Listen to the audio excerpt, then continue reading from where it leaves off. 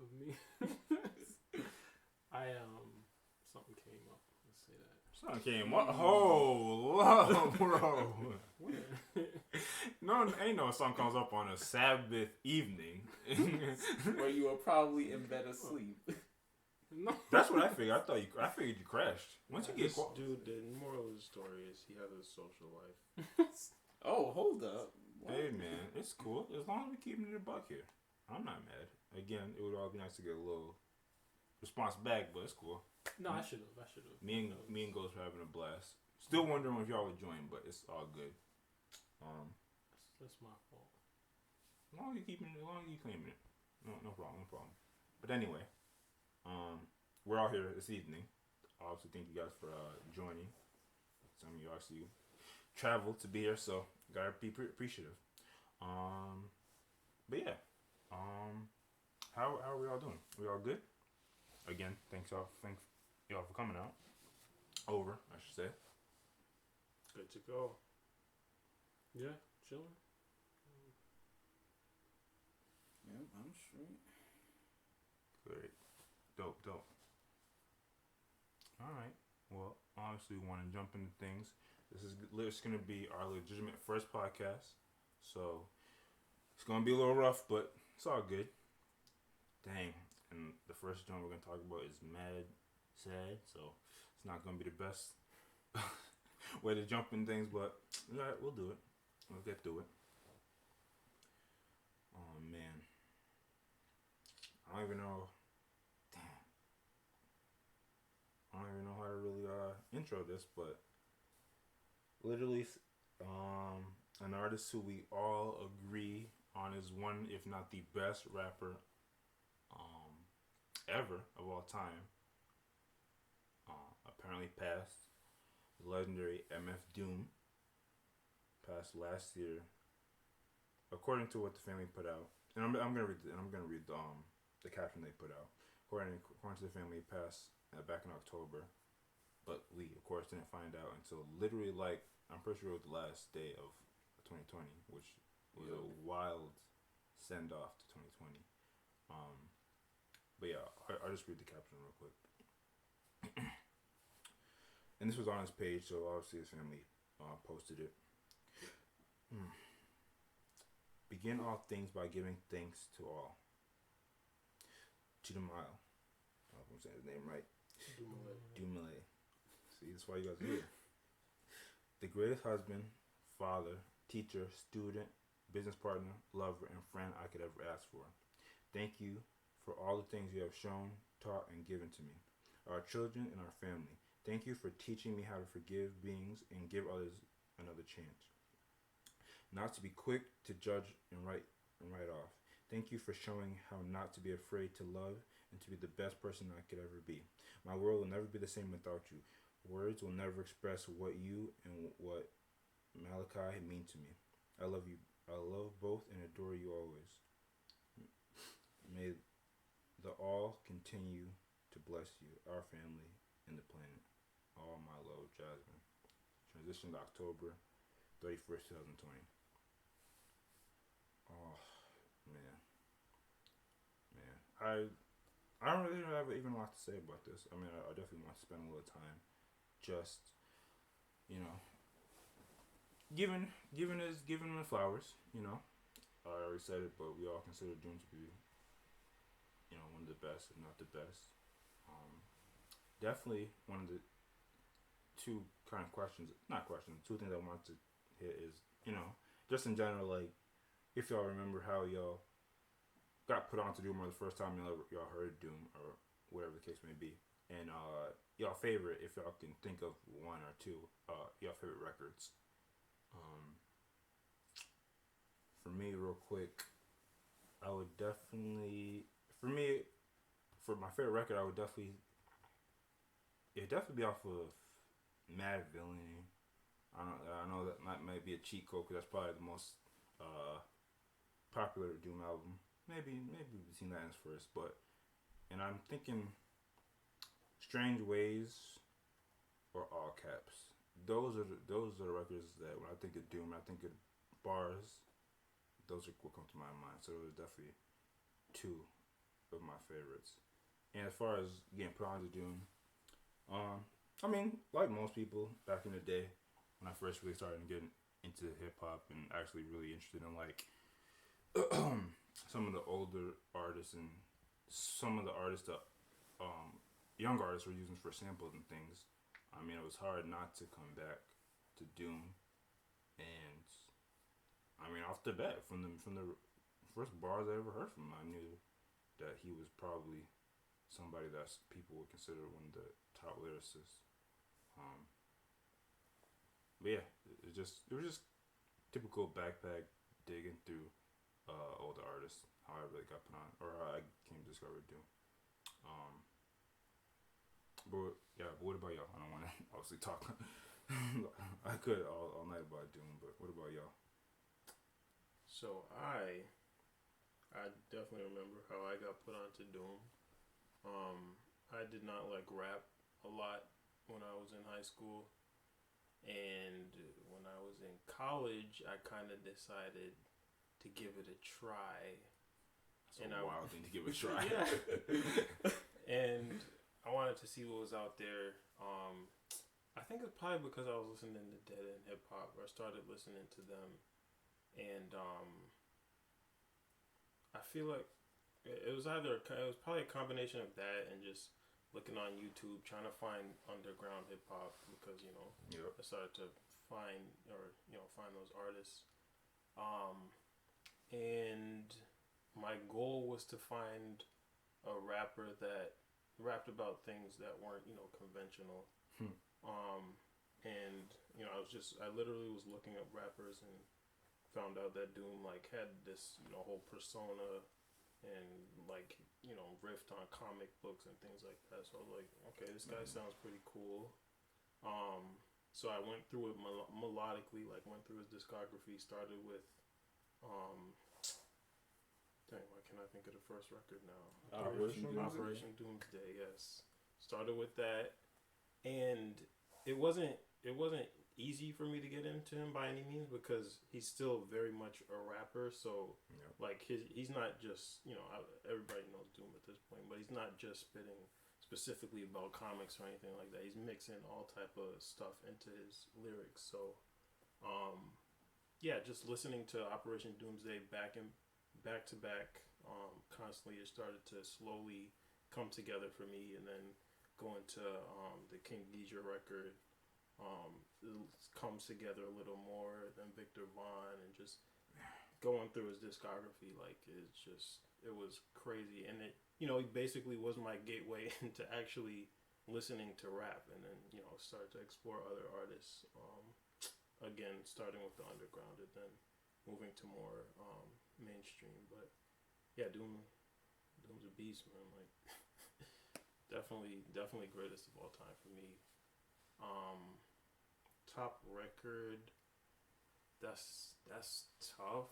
For sure. That's tough. I don't even know if I can legit name one. The ones that are jumping into my head right now are One Beer, even Vomit Spit off the same album.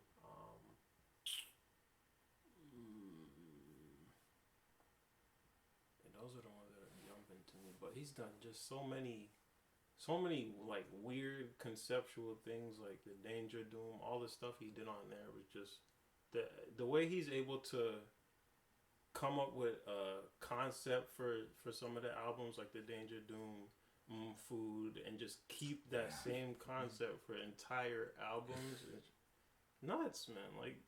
Doom is a rapper's rapper, crazy, man. So yeah, and to be honest, I think I put you both onto Doom, but that's another thing. I was gonna say that. I feel like first time I saw him or heard of him, I thought he would be weird in a bad way, because a rapper wearing a mask and doing all this stuff. I thought he would be eccentric in a way that I wouldn't care for. And I remember thinking the same thing about Cannibal Ox, because I think they had the CD at the library or something, and I think I thought it was metal. I didn't even know what it was. Like I remember, like there was a segment that I put these types of artists into that I was like, I don't think I would be interested in these artists because I don't know. I thought they would be too weird, even though I like weird stuff. Yeah, almost gimmicky. But obviously, Doom, ended up just like I mean, for me, if you had to, if you asked me who's the greatest rapper, and I had to answer in 5 seconds, it'd be Doom. Like, I wouldn't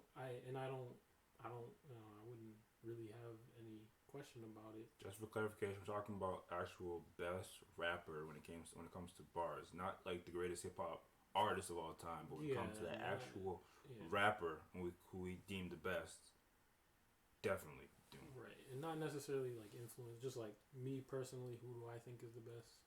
I would say Doom because, the creativity, like everything, or a lot of things about him, like are what I value in making good art or making good music, and so I think he's one of the best at the craft of putting words together, like just a wordsmith. So yeah, this is Doom.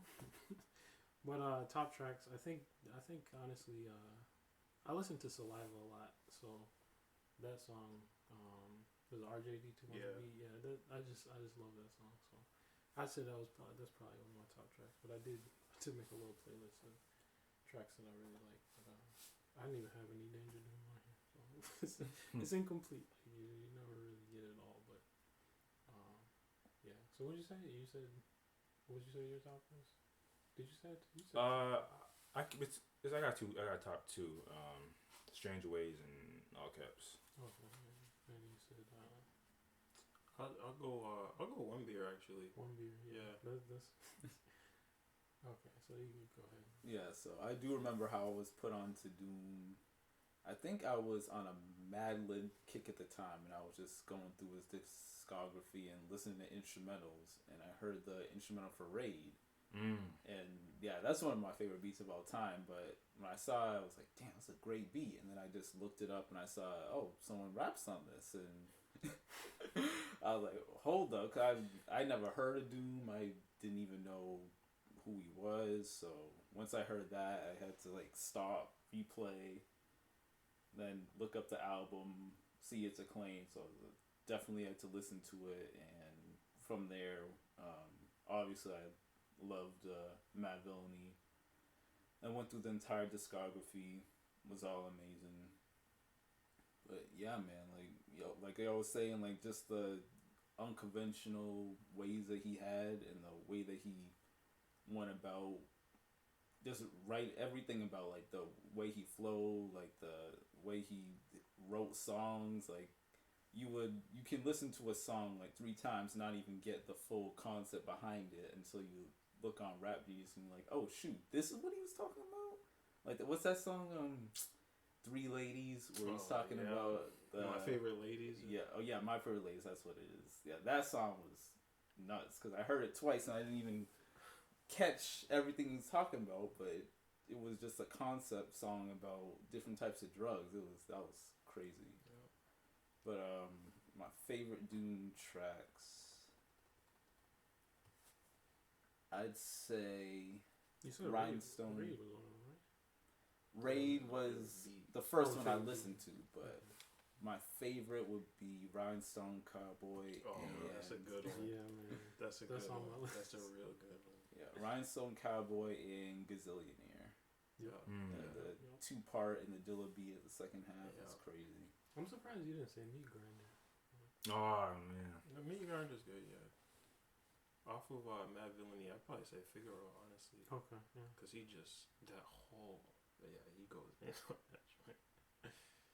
That accordion too, man, damn. Yeah. Man, matter of fact, just to go back to it real quick, I hold that someone put me on to something very high, so I'm not gonna say all that. But you're playing Doom, and we were driving around a lot at that time. Definitely put a little more battery in my back to actually dig into it. Because, like I said, even when I found it was, I knew the style and the art and the name, but I definitely wasn't digging too deep. So I'll give you you playing it definitely was influential. Yeah, I mean, I wouldn't necessarily say like 100% you, but I do remember talking to Wes about it as far as me trying to look for a rapper and finding Doom. I feel like I communicated that, but I can't remember 100%. But one other thing I wanted to say, the first time I actually saw or listened to Doom, it was I was watching a rollerblading video, like kind of like a skate video, same, and they had Doom playing, in the background, but they were cutting it back and forth too. So, with the live performance, and it was of Sofa King, but it was a remix. I can't remember who did the beat on the remix. Yeah, it was Danger Doom. He did the beat on the remix.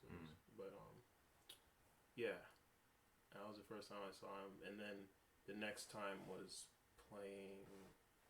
It was when JJ Doom came out. The video for what's the first? Oh man, that's one of my favorite. That video is crazy. Governor. Yes, with the regular show sample. Yep. Man, that beat is so good. Yeah, that was like, oh snap! This seems like underground. Yeah, it's dope. For sure, man. I play Rhymes Like Dimes a lot too. Yeah, feel good track. Yep. Even what you could tell you was nice. Even like that record, I forget who's singing on it, but I think it's just called like I or something like that. Yep. Even stuff like that. The fact that that's the sound he likes to put. Man, there's just so much to appreciate about Doom. Even to the fact that he was still very much. I mean, we don't know how old some of these bars were, but for all we know, he was still rapping to a high level up until 2020. There were a couple of features he did in 2020. There was the one on the Did they come out after October? Oh yeah, there was that one that collabed with Flying Lotus. Yeah. That did, and I don't know when you recorded that, but there was a feature on I think it was a Reggie Snow song. Oh yeah. Yeah, he's still sounding good on that. Yeah. There was that GTA one too. That was 2020. Yeah, he continued to be consistent, if not, gotten better with age. And like I said, we could all spend like a whole podcast talking about Doom, influence and impact and everything, but want to keep relatively short. Give him the flowers. I do got one kind of negative thing in my heart I got to get off my chest, and this is obviously my platform, so and it's not about Doom. It was just the one thing that kind of really, really, beside the fact that he passed, sucked about the news. When I started seeing like news outlets report about it, blogs and stuff. So I start looking through the comments, and maybe that was my first mistake. And on like Twitter, it was everybody, like literally every artist was giving him his flowers and saying rest in power, rest in peace, and everything like that. But some of these sites, in the comments, it was just a wall of who's this? I never heard of him. I'm sorry to his family, but I never heard of him. It was a bunch of that to that effect, and it's really had nothing to do with the fact that they didn't know Doom. That's fine. The vast majority of people might not know Doom. It was just so weird to me. Like the story that's being presented is somebody passed, and the article says like acclaimed rapper or like coveted rapper or something like that, and it's just weird that somebody would hop online and say who's this? I never heard of them. Yeah, you can think it in your head, but you go through all the trouble of making a comment saying you don't know him. Like, what's the point? I don't know. That side of the story just kind of made my heart personally feel a little weird, because it's just like the first thing I think of is like, what if someone I knew passed that I knew personally, and obviously a lot of other people didn't know them. It would just be weird to come online and saying this is a whole bunch of people saying who is this? I never heard of him. But it's fine. I kind of chalked it up after I kind of sat with it for a little while. The fact that some people just kind of lose their humanity in the comment sections. But keeping relatively positive, obviously, forever rest in power to Doom. It's still kind of mind blowing to a lot of people how he passed 2 months before the news was even announced. But that's just how life is sometimes, I suppose. And it was such a wild into 2020. Out of all the crazy things that happened last year, I think that really is one of the top fives, at least in my book.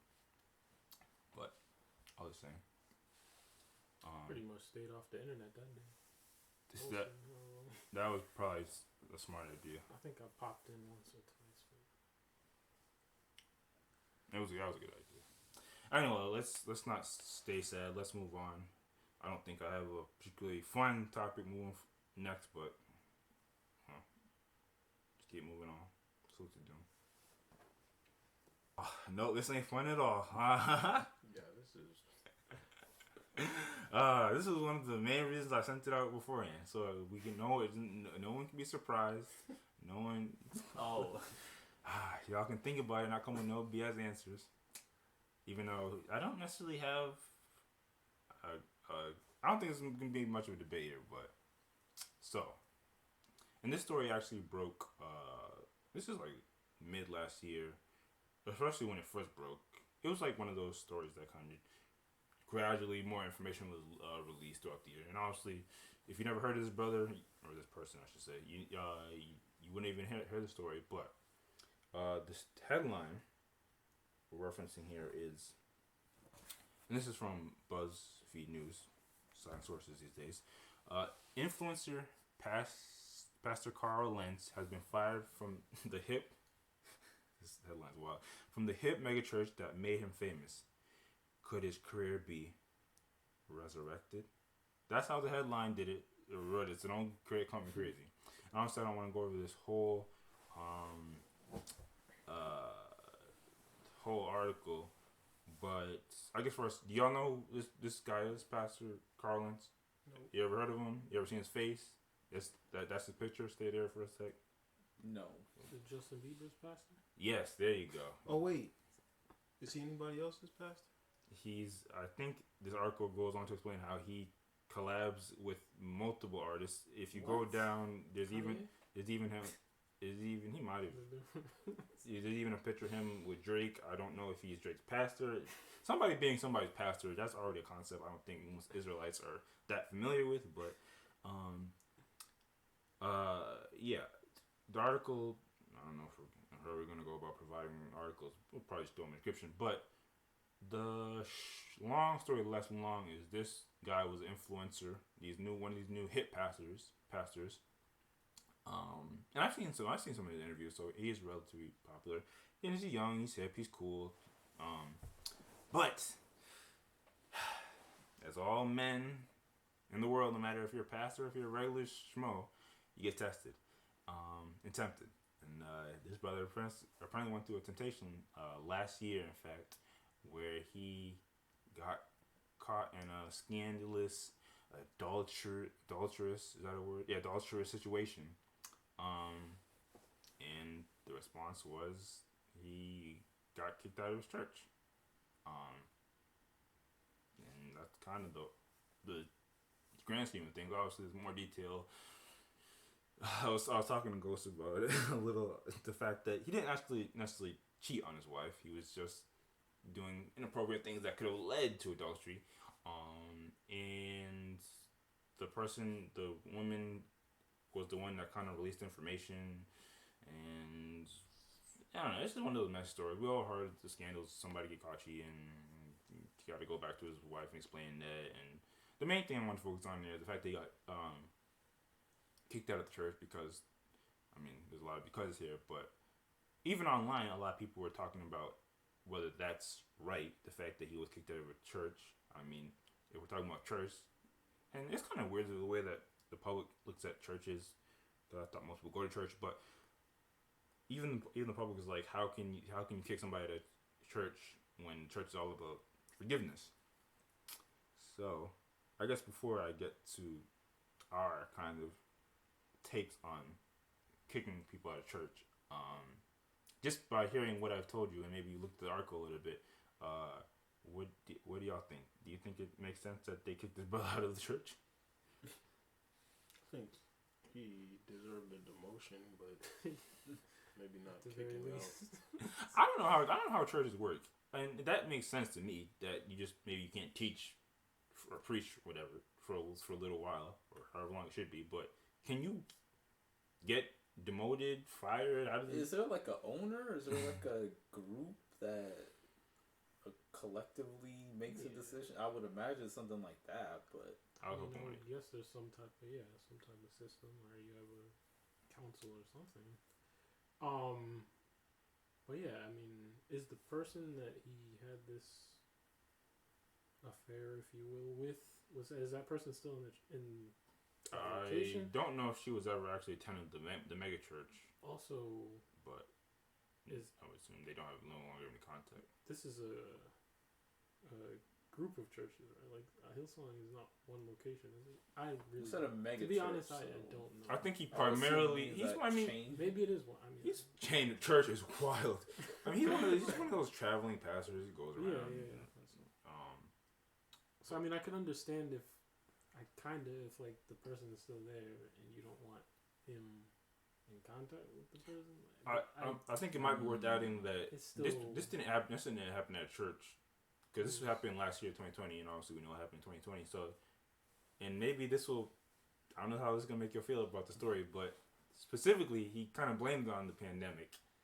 The fact that because there was a pandemic, they weren't holding the whole church. You know, everybody gathered around, and he needed somewhat of a void to be filled, and that ended up being in the form of, you know, him needing to fill someone else's void. Hey, yo! Okay, all right. And again, he didn't necessarily commit adultery, but yeah. Wait, so he's married, right? He's definitely go back to the picture with his kids. You gotta be. I would assume this is like an Instagram influencer. It was like text or DMs that got released. I think they said they met in a park. I don't know. It don't matter. Do you think he should have got kicked out of the church? Okay, for the record, it was founded in Sydney, Australia, and it has churches in city centers in 28 countries. Jesus Christ! Again, I cannot imagine being. I don't even. You know, you guys know my sense on churches these days, anyway. But being a part of a chain church is insane. But I mean, back in the day, it was. We'll get into that. It's all supposed to be one body. We know. Exactly. We know. Yeah. Did you say your piece on these? You think he should be kicked out? Basically the same stance. Should get a demotion because can't have a pastor getting up to no good. Not a good example, but now I don't necessarily want to spend too much time on this aspect of it, but do we see pastors as a higher being? The answer should be no. Okay, they should be more or less an example of how to apply what they're teaching. But for mega church pastors, I think those are some of the most evil people ever. Let alone just actual criminals, but a lot of their tactics and deceit and a lot of them. All right, we don't gotta get into our. You asked.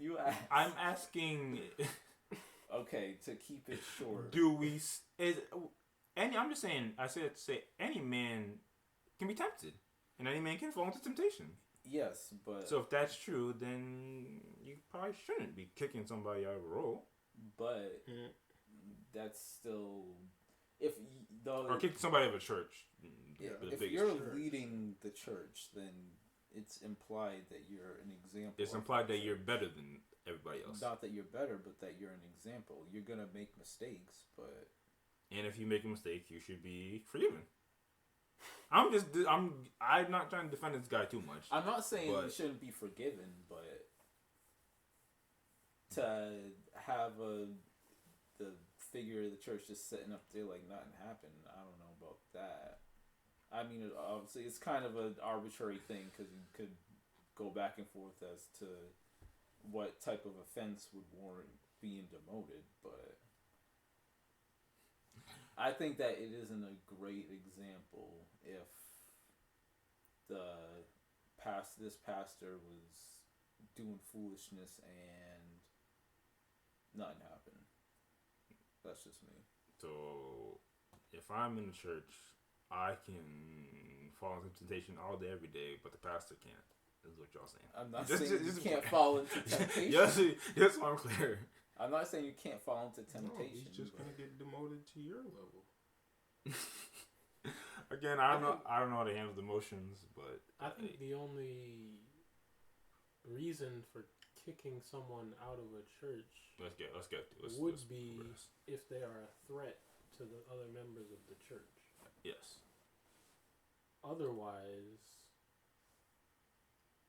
I think they should be. I mean, they can still remain in the church.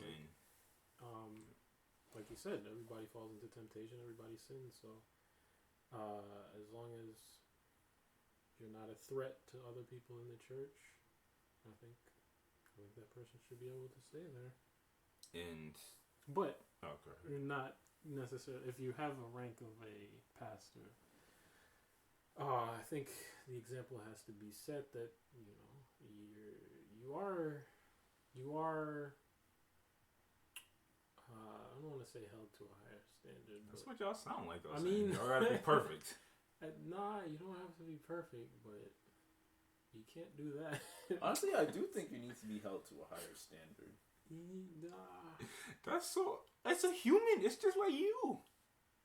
But he's not like you because you're not the pastor. But anybody that's walking in the faith should be able to. No? But why is he a pastor? Because he's... Why is anybody? I'm not talking about him. Let's not keep I'm it talking on... about in general. Okay. Yeah, I'm saying in general, why is a pastor? Because they have skills to teach and they're keeping they could be social or whatever. But for the most part, I would think it'd be that they're an example and an embodiment of what they're teaching, that's what they should be. What in practice, as we briefly touched on, it definitely isn't the case, at least for these mega churches. All right. I don't want to keep on going back and forth about passion getting kicked out or demoted. It's fine. Maybe we differ on that. You already answered the question once, but do y'all think there's any reason to kick somebody out of a church? Aside, I mean, maybe you can go ahead. I agree with Wes. Yeah, I think it's about the body, and if you have, or the church has a responsibility to, keep the flock safe. Like, you shouldn't have people up in there that are going to threaten other people's lives or livelihood. Yeah. I mean, so hopefully we don't have to keep reiterating that, but unless you are, like you said, a threat, there's any level of abuse going on. Mm-hmm. That's the only reason why I could see. So if we all feel that way, to get to the shits, then maybe when y'all can answer why we aren't currently in that. Anyone got the answer? We be congregating together, but I haven't been inside church, and I guess you can use the pandemic as an excuse, but yeah, anyone got the answer? I mean, from my perspective, at least, I don't really think anybody would have an answer. The retellings of to keep it vague for the most part, the church that we were a part of that we're not a part of anymore, the retellings of how that whole thing went down, it's kind of established more or less that the kicking people out essentially is not the right way to go about things. But at the time, I guess at the time that I was in the church, I think we were starting to get away from that whole idea of kicking people out, but it was still prevalent in the past, a lot more so than now. And I think that the argument that was used was evil communications corrupt good manners, and if someone's sinning, then that by association is evil communications. Yeah, hey, if you're in my ear saying, "Hey, that homegirl over there kind of bad, man, you should go cheat with her," maybe and then I go spread it to him, he goes spread it to. That's a wild example, but and I'm completely playing white devil's advocate here, but go on. Sorry. Yeah, but I do like. I mean, I'm not gonna say the scriptures is wrong, but saying that evil communications. Everyone sins, so you could make the argument that everyone is, in some form or fashion, spreading that evil. I don't want to say spreading that evil, but is doing something wrong. So, to kind of make a distinction between what's a offense that's worthy of being kicked out for, that is where things got into a gray area because, again, without going into detail, there are brothers and sisters that had cheated, and they were not let back into the church. Some did cheat and were let back into the church. And this did happen at different time frames. I'm thinking of a few examples in my mind. But hey man, if y'all let some out, don't be afraid, by the way. In both, I'm not even talking from personal, but in both cases, it was their spouse was also in the church. So, and they were the ones cheated on. And you could make an argument, I guess we've already established that we aren't really with that kicking out, but if you wanted to make an argument that people should be kicked out, you could make an argument that that's an offense that's worthy of it. But on the flip side, if you got someone who's a drinker and gets up to some wild stuff when they're drunk and they're abusing it, then that's something that I know that certain brothers and sisters have had issues with, and it's essentially we just put away the liquor when they're around. Come on, I'm not talking about when. No, I'm not saying like when they're in the church and they're drinking. I'm saying like on their personal time where it's a problem that their family has to deal with. No, it's not saying like abuse or anything specifically, but that's something that multiple case, a lot more than the cheating thing. We're getting to a situation where kind of gray areas, like you were mentioning. Like, yeah, and in that case, they're not a threat inside the church, but what if their character were actually outside of the church? Yeah, and in those cases, it's it doesn't help them get better, but that wasn't something that I think they got really kicked out for. So, but is it the church's obligation? Yeah.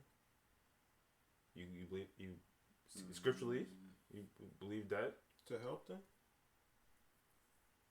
Yeah. I also just want to set the record straight. I don't feel like I was kicked out. I definitely feel that for me, I left and didn't come back. I don't really blame anybody for kicking me out. And in fact, I look at the situation. When I look at the situation, I look more inward than anything else. So I don't really have anything to say about the people who were in the church, still are. And we're definitely not here to bash anybody. Yeah, it's still all introspective for me. So. I definitely feel like that would come up, the fact that we might feel that way. And I don't necessarily want to argue, but at the same time, do you feel like if you did want to go back at any time, you'd be welcome with open arms, or whatever that expression is? I think I would, but I can't. I don't know about y'all. I'm good in the hood over here. Yeah, I mean, it'd be more like, I think if I were to go, it'd be kind of like you were saying, be fine, but it's more so the association than. And I guess you could say the same thing that me and my family wasn't kicked out. Yeah, I think that's what we all could all say. Yeah, but for me, I think I could, and it'd be, I don't want to say, well, I say it'd be explained through like, so what's good? Why weren't you showing up? We don't have to get into what would happen if we did. It wouldn't be smooth. I think that's fair to say. I don't know. Or there'd be conversation to be had. Yeah, you'd have to. It wouldn't just be you go sit down and all right, good class. It would definitely be a conversation. I don't know. You have any other thoughts on it? No, I mean, the environment changed, or not necessarily changed, but the environment became such an environment that you kind of didn't want to. Oh, I said we're not gonna bash nothing. No, I'm just saying, like, keeping it a buck. If I think it's up to if you're not being kicked out, it's up to the individual, and if I feel like if any church starts to feel that, they have, it feels more like a control thing. That's what it is. Mm-hmm. If they can tell you, oh, we're gonna be able to kick you out, or we're kicking you out, or we can kick you out, or we can say if you leave, we're not gonna communicate with you. We can do these things that are. I don't want to interrupt you, but that's a good point. We would all probably lean more on the side of we're choosing not to go back, but if the church and the members of the church aren't actively doing anything to reach out to you, do you still say that it's your choice? Yeah, I mean, I chose to leave. It's a form, though. It's a form of. And you didn't get into why either. I want to say. I didn't say why. No, I just want to say that type of thing is, especially if you're connected to the church in the way that we were, it is a form of manipulation to say we're not going to talk to you anymore, because obviously it's either you stay or you lose those those connections that you valued. So, pardon me. So I mean while it is your choice, there was still an aspect of. I don't know if I want to say coercion, but like there's a barrier there, and when you make that decision, you're basically making the decision to lose those connections as well as not physically be in the church. So, which is not necessarily the decision you wanted to make. There may have been people or things that you still wanted to be connected to, but could no longer be in the church. So I don't know. There's that aspect to it too.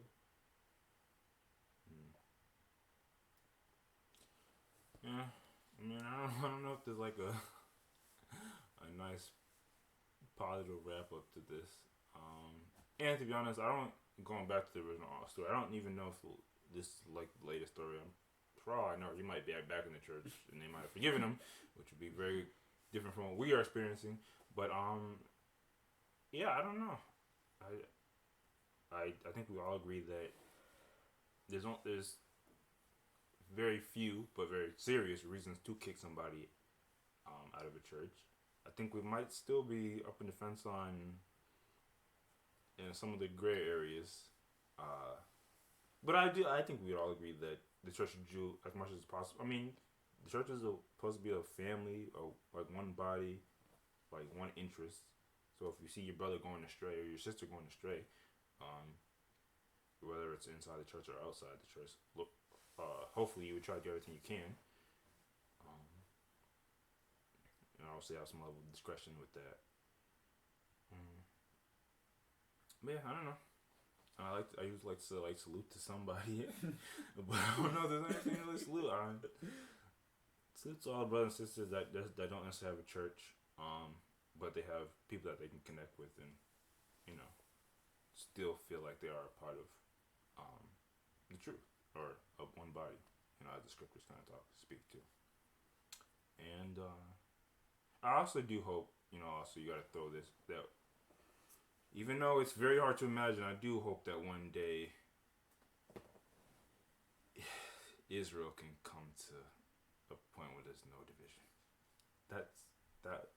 Wouldn't that be great? That's what I want. Because even before we, stop, going and, fellowship with the congregation, it was not hard to see that there was some level of division amongst other churches, amongst other brothers in different cities, and yeah, I think specifically it's to Israel. If there is one message that gets out, if it does get out, we all need to make conscious. That's what I'm looking for. Strides to stop the division and, if possible, come together. Obviously, that might be asking for way too much, but I honestly don't see how you can be in the faith.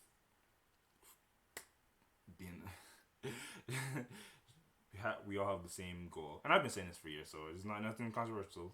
It's always been a wild concept to me that we can have so much division and so much different churches, but it's fine. Let's keep going right along. Some more on the stories you brought to the table, Wes, but I did go through the article a bit, and I do have some questions from it based off of it. I don't know what your... This has been a minute. That's all I was gonna say. It's been a minute. That's all. It's fine. So let me put mine too. So, and this is particularly interesting because I've talked about this multiple times over. Again, I'll just say the statement before I even get to what the topic and the headline is. But for me, for myself, and for many other people, it is not uncommon for us to go our entire grade school, junior high school, middle school, whatever you want to call it, and high school career, you even call it career, without ever learning about topics such as slavery, the civil rights movement, just Black history altogether. It's not in history books, and if it is, we completely skip over those chapters. Mind you, we do talk about Civil War, so I don't know how we breeze over slavery so easily, but we do. And I'm not gonna say this word right. What's that document that Abraham Lincoln signed? Emancipation Proclamation. Yes, I know my mouth wouldn't have been able to put those words together, but yeah, we learn about that as well. We learn about all those things, but we never get enslaved. And even if we do, it's always the neat, they just talk about the triangle slave trade, and they don't really talk about what Black people have to really deal with. And even though some people might not believe that, it obviously has to be true to some capacity because, according to this article from CNN.com, Connecticut will become the first state to require high schools to offer Black and Latino studies in fall of 2022. And it just goes on and the article just goes on to read, beginning of fall of 2022, Connecticut will require high schools to offer African American, Black, Puerto Rican, and Latino studies, becoming the first state in the nation to do so. So this is obviously something new that they are now starting to implement. Connecticut Governor Ted Lamont made the announcement Wednesday after signing the law, Public Act 1912 last year. The law requires high schools to include an elective course of studies at the high school level that provides students with a better understanding of African American, Black, Puerto Rican, so on and so forth, contributions to U.S. history, society, economy, and culture. According to the news release. Though high schools are required to offer the course, students will not be required to take it. It might be kind of controversial whether they should or not.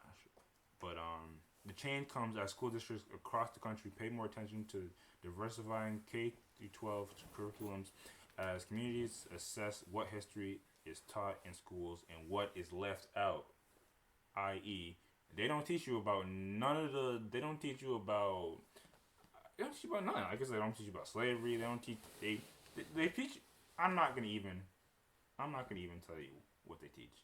We're gonna watch a quick video that demonstrates exactly what they teach. So today in class, we're going to be learning all about black history. So write down that Abraham Lincoln freed the slaves, Martin Luther King, he had a dream, and moving on to Anne Frank. So it all started in 1939, back in World War II. When yes, Mark. Is that it for black history, or? Oh yeah, Rosa Parks said no. Don't forget that one. That's important. So yeah, like I was saying, back in 1939, at the start of World War II, that's all we did? Yeah. I just told you everything.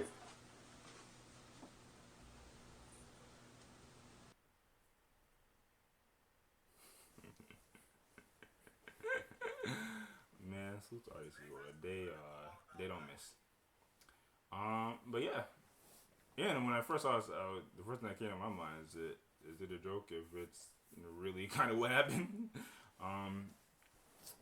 But yeah, so I mean, this seems like a net good. Again, maybe it's debatable if it should be required or not. But I guess the question that comes to my mind is, do y'all think this will actually be beneficial? And more specifically, do you think it would have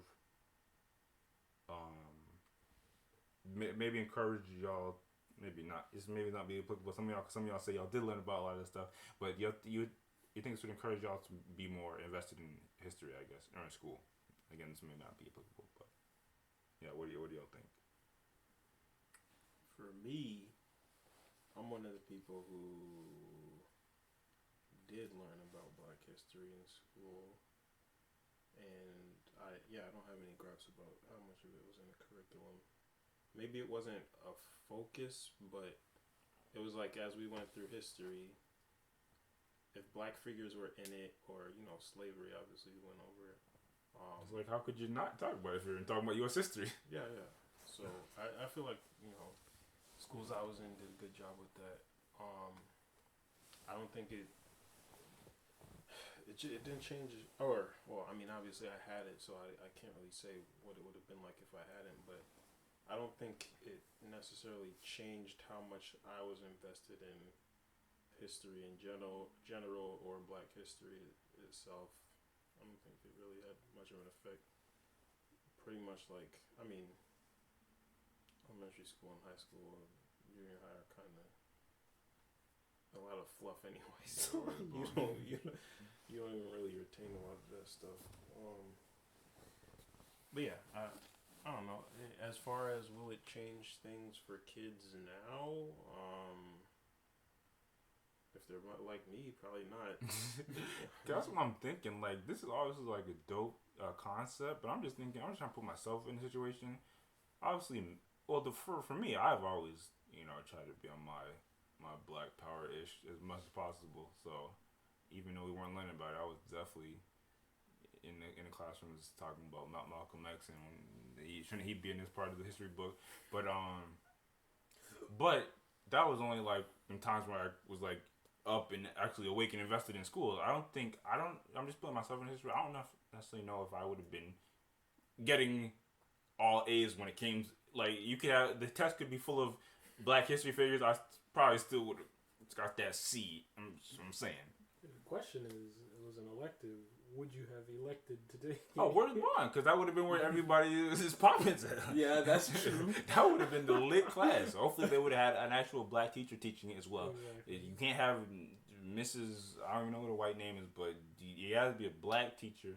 We couldn't have even filled a classroom full of black and Latino students. So, I mean, I don't know if I would have necessarily even taken it. Yeah. I don't think the teacher would have been. Yeah. Maybe Latino. I probably wouldn't have in it. It's because of where we went to school. It exactly. Basically a bunch of white kids. So if I had the option, I would be like, almost in my mind. Yeah, I already know this. Yeah. Y'all would have been y'all. Yeah. That reminds me of a little joke about like when you're in a diversity meeting and you're the diversity. Oh man. Ghost, as the person that was homeschool, if you don't mind me putting that out there, what's your take on this? I mean, from the public school I did go to. Oh, yeah, my bad. I'm just putting you in homeschool all your life. I learned basically no Black history. I did know Black history, but that was mostly because of my parents teaching me. And actually, there was an African American Studies elective that I did take, and it wasn't really history. In high school? No, middle school. Oh. But it was good.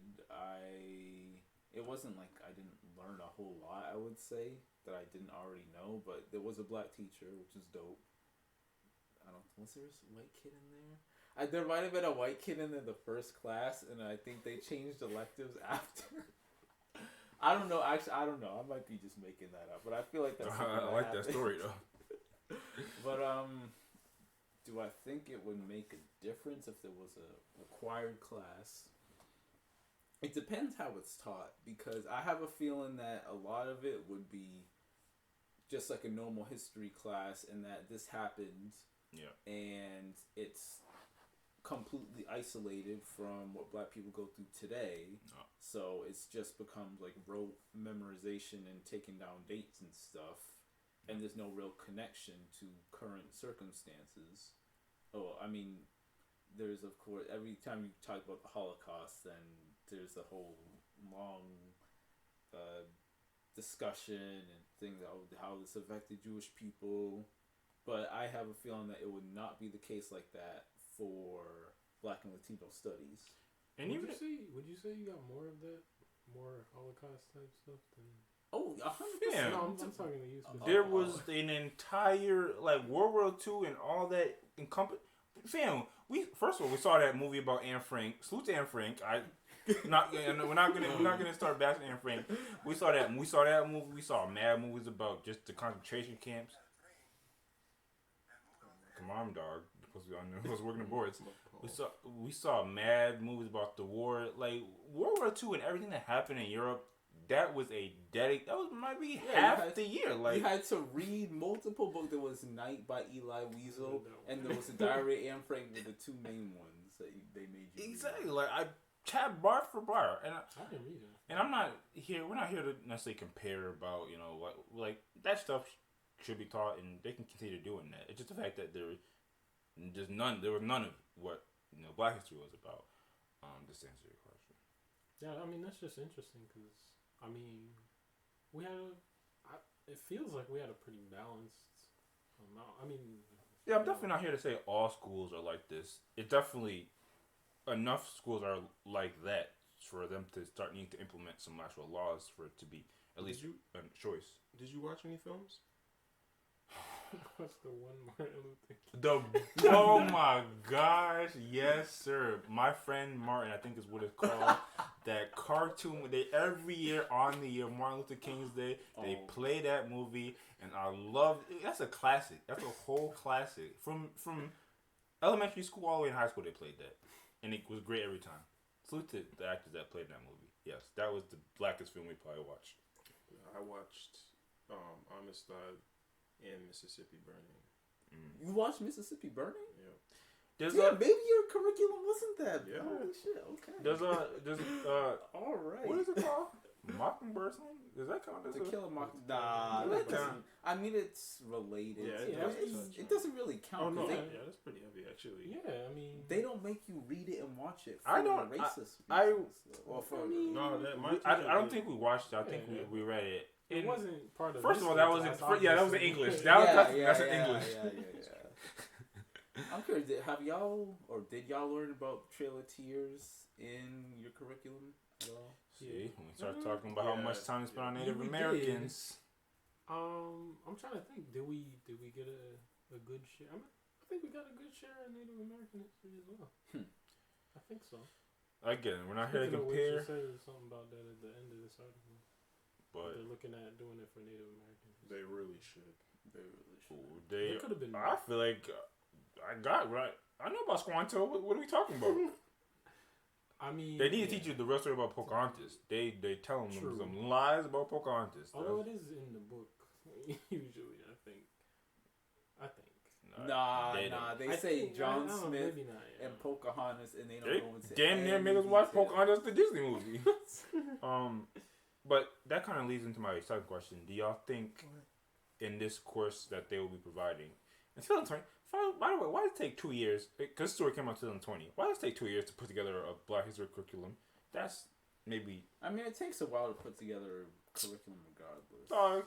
I can give you a good history in 5 minutes. Nah, it's something that has to be widespread, taught by every teacher. All right. My question is, do y'all think they'll be giving a real, or do y'all think? I mean, you're kind of like me. I think they're not going to be showing that real, like just that real. Like even Chris Rock had like an interview recently. He was talking about like he doesn't like watching civil rights movies and things like that because they don't even some of the movies that come out don't really give that real truth about the fact that the conditions that Black people went through, not even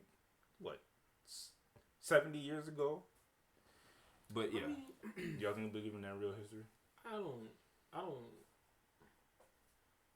don't necessarily think about it in that sense because I feel like we know. It's not about us. I know. I get it, but I'm saying like I don't necessarily. It keeps you on your toes. That's what it does. But as far as like thinking, I mean, I guess it is frustrating to see something that's not accurate, but at the same time, I don't think that would be my reasoning for not wanting to see certain things. It's not real enough. I think it should have to happen, but I just doubt. I have my doubts. Yeah. But yeah, I mean, which I shouldn't, because they give you the real history when it comes to others. Like, what happened in Germany?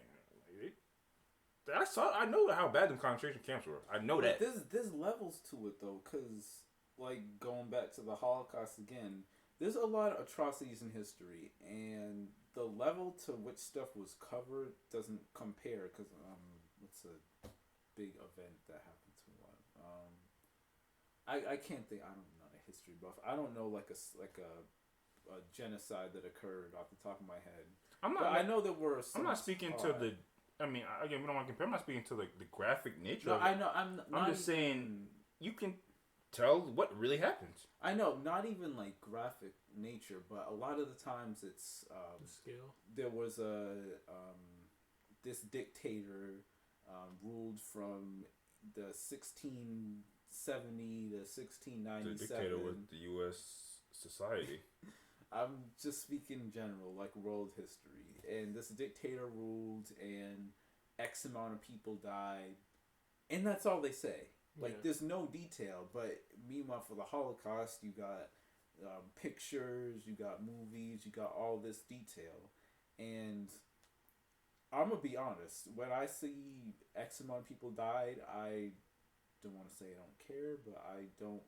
It doesn't impact me. Yeah, you're disconnected from it. It's just a number. It's just a fact. Yeah. And compared to the Holocaust stuff, like, it's gruesome, a lot of the stuff that they show, and in some cases it can have a lasting impact. And do I think that for Black and Latino history that they will show anything? Not to say it has to be so graphic, but it has to be real. Will they show the real?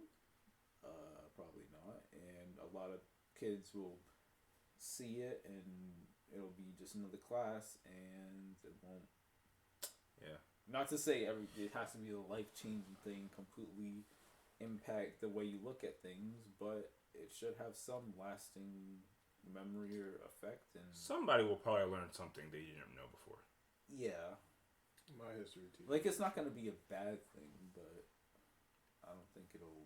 If they teach it the way I think they're going to teach it, I don't think it'll have a big effect. I don't know if there'll be a follow-up to the story, but I would be interested because when I see this, I feel like, are you going to get into the real...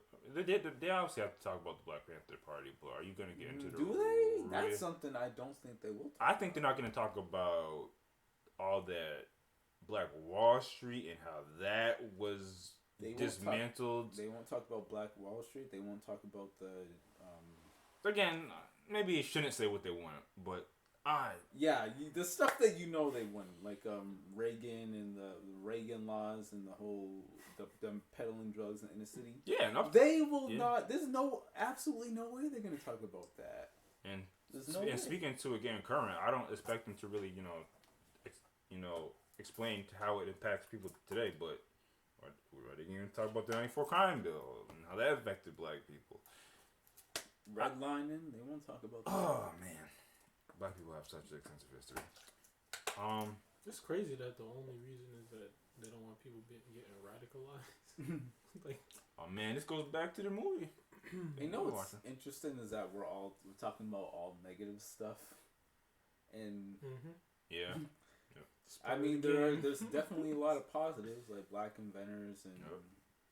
Hidden Figures, literally, most people wouldn't have known if not for that movie. Yeah, the Black aviators.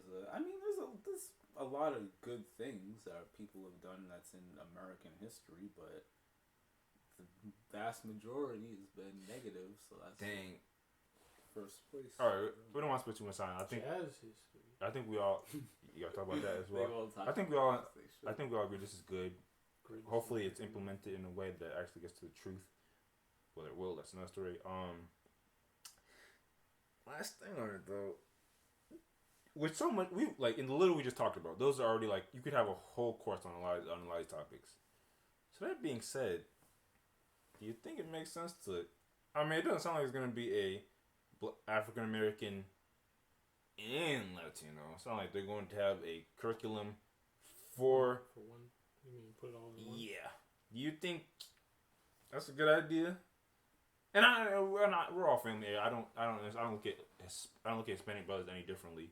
But if the Black Panther Party chapter is kind of small, and then they did get into the Puerto Rican Revolution. The question is the Haitian Revolution. Oh, that's too much history. They can't do it all. The question is, how are they weaving them, or are they weaving them? As there are some commonalities in the history that could be. I feel like there's a way you could do it. Like you could draw parallels. Yeah, take out all that. And by the way, y'all apparently I don't know if y'all learned about redlining and all that stuff, but y'all or Haitian Revolution and all that, but y'all learned y'all sound like y'all had a good balance. And maybe scale. Yeah, but I'm saying we didn't. I mean, and Latino, scale back. I couldn't say that we had a. Oh, okay. A Latino maybe that's where they kind of feel on history education. Yeah, because I mean, all I'm thinking of is American history anyway. So true. Yeah. Which is all I took. I didn't really take any. I took world history in 7th grade, but we didn't really learn anything about. Yeah, in terms of the Latino?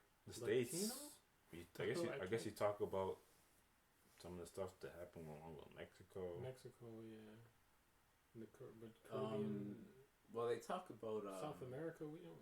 No, not South America. Puerto Rico. You learn what happened in Puerto Rico. Well, you learn about Cuban Missile Crisis, but that's kind of adjacent. That's not even. Yeah.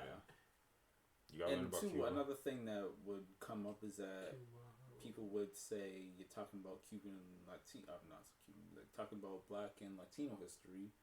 What about as we already kind of discussed, Native American history? They said they're working on that one too. Oh, they did. Okay. And I feel like there'll be some cultures that feel like they're being left out regardless. I mean, if you're white, you're getting enough. But I mean, to be fair too, I learned a lot about Native Americans. To be fair, we're in America, even if it's kind of blanketed. So yeah, I mean, only cultures that are immigrant relevant, immigrant cultures and. There'll be but it's not as prominent, but there'll definitely be people want to I had a course in high school. I mean, in college called something about immigration. Actually, I think it might have been technically a literature course, but Yeah, you talk about different you talk about different immigration, or different immigrant groups in America, and you could have one class for that. I think. Yeah, I think so. And I don't think it would be really unfair. We learn about Ellis Island in regular history. We do, man. I don't know. I mean, I'm not here to cape. I'm not here to cape for. I'm just saying, yeah. Anybody else right now. The fundamental groups and cultures in America are, generally white people, black people, and Hispanic people. I would say. Sure. Not to exclude anybody or sound crazy. I mean, Native Americans. I'm just saying, in American history, those groups. Native Americans should have been first. But those groups obviously black people have an outsized role in what is called American history. Yeah. You're excluding Asian. Name one. Look how offensive we get. Getting canceled all the first. Hey man, it is what it is. Salute to all the future Asian listeners. An Asian politician in history. Andrew Yang. Salute to Andrew Yang. We can't go back more than 4 years. Let me not.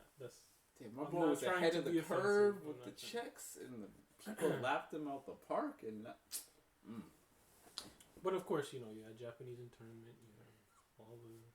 Yeah, we're not a history podcast. We need y'all. People that know the history, you know it exists. All we're saying is that hopefully they teach more young kids about Black history. That's it. But yeah, good stuff. Let's keep going through it. Yeah, that's too much. That ain't nothing you can bang out in a fall semester.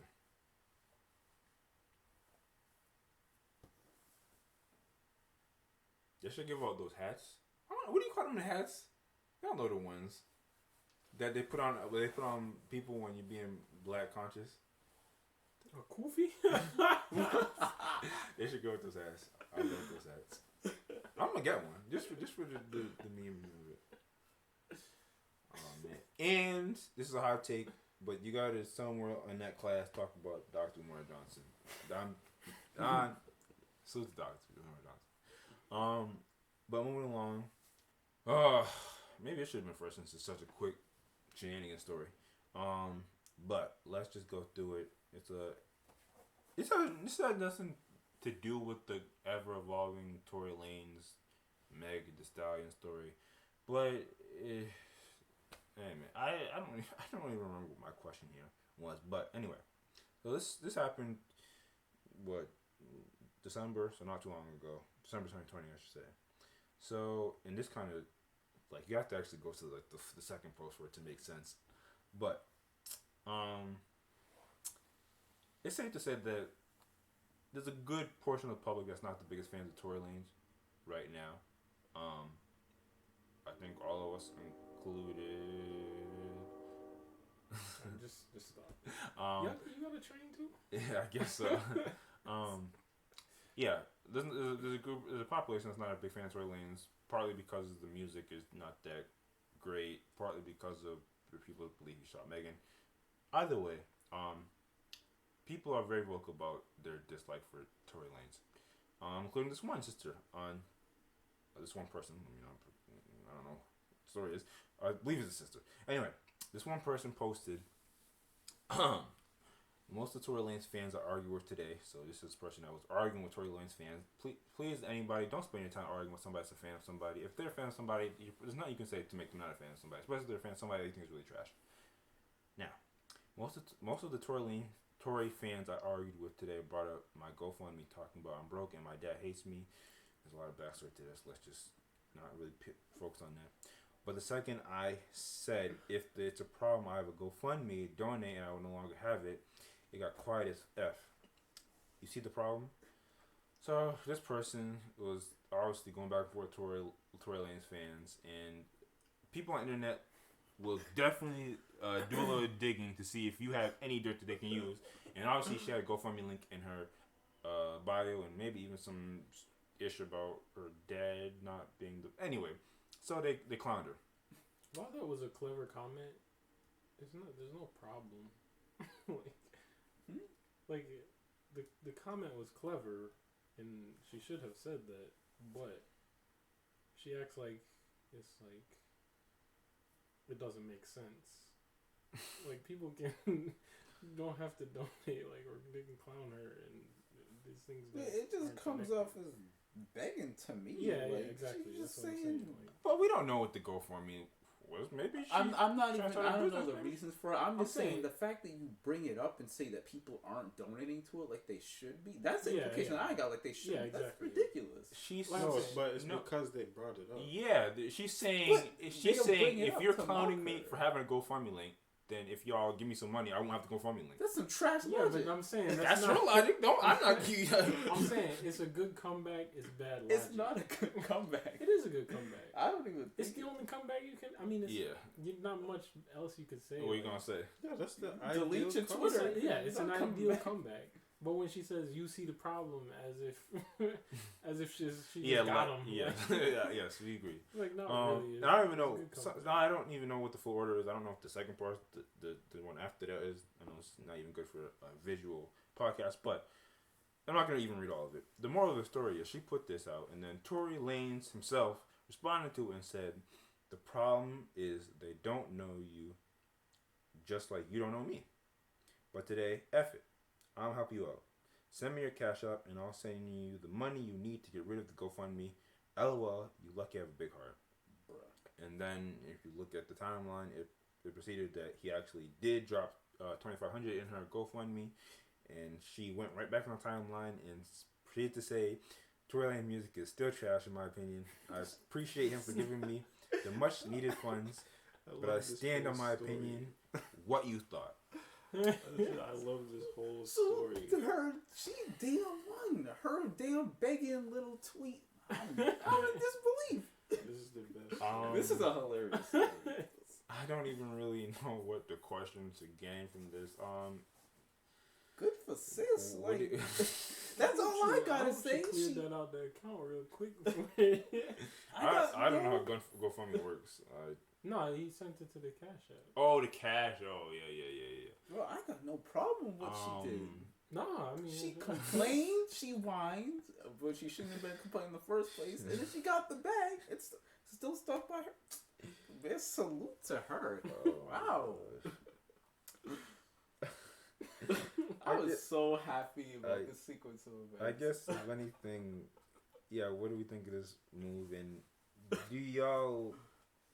It's integrity. So this is a win for Tory. Well, no. Well, I don't really. I mean, for Tory, I feel like it's a not just giving somebody money, giving neutral. A hater. Yeah, exactly. A hater. Okay, it's neutral because on the surface, it is a good thing that he gave her money. I feel like he did it more so for clout for and his image. Buzz. Yeah, for his image, for buzz. Because he made sure to. Well, I don't know. Let me before I say this. I don't know if he was this is like a DM or if he like tweeted. No, this is on the timeline. Okay, so he tweeted to her. He retweeted her post. Yeah, the fact that he did that and then he added in that you don't know the real me, that just makes it seem like he's just doing this to get a buzz and to get some notoriety and just bring light to the situation, which it ended up doing. So I mean, I'm not gonna hate him, say it's a bad thing that he did it, but I'm not gonna heap on the praises. But True. For me, it's weird because like I like the move. I was talking about like if I would ever like really be in, I definitely like this kind of philanthropy. I think that's how you say it. Like just giving out, cash to random folks on the timeline. Even people that might be hating on you. I think like for some of the reasons you mentioned, because it's Tory, because he already has the not so great image right now. This does look like, and I don't really like using the term, but clout chasing-ish. And the fact that he could have just sent it to her. He could have did this privately. Yeah, and he could have sent the message to her privately, and no one would have known about it. but it would have got across to her if that was the intent. Maybe she would have went back on timeline and said, "Hey, this N-word gave me some money." Yeah, it is possible, but I feel like she responded to her last tweet in the way that she did because people were, after they saw what he did, they were responding to her saying, "Damn, look at you! You got money from the person you were hating on, but you don't think his music's trash." Again, this is assuming. You kind of do got to give her some points because even though she probably believes he shot her, Megan Thee Stallion. She's more so talking about his music, so you got to give her some props for holding on to that opinion.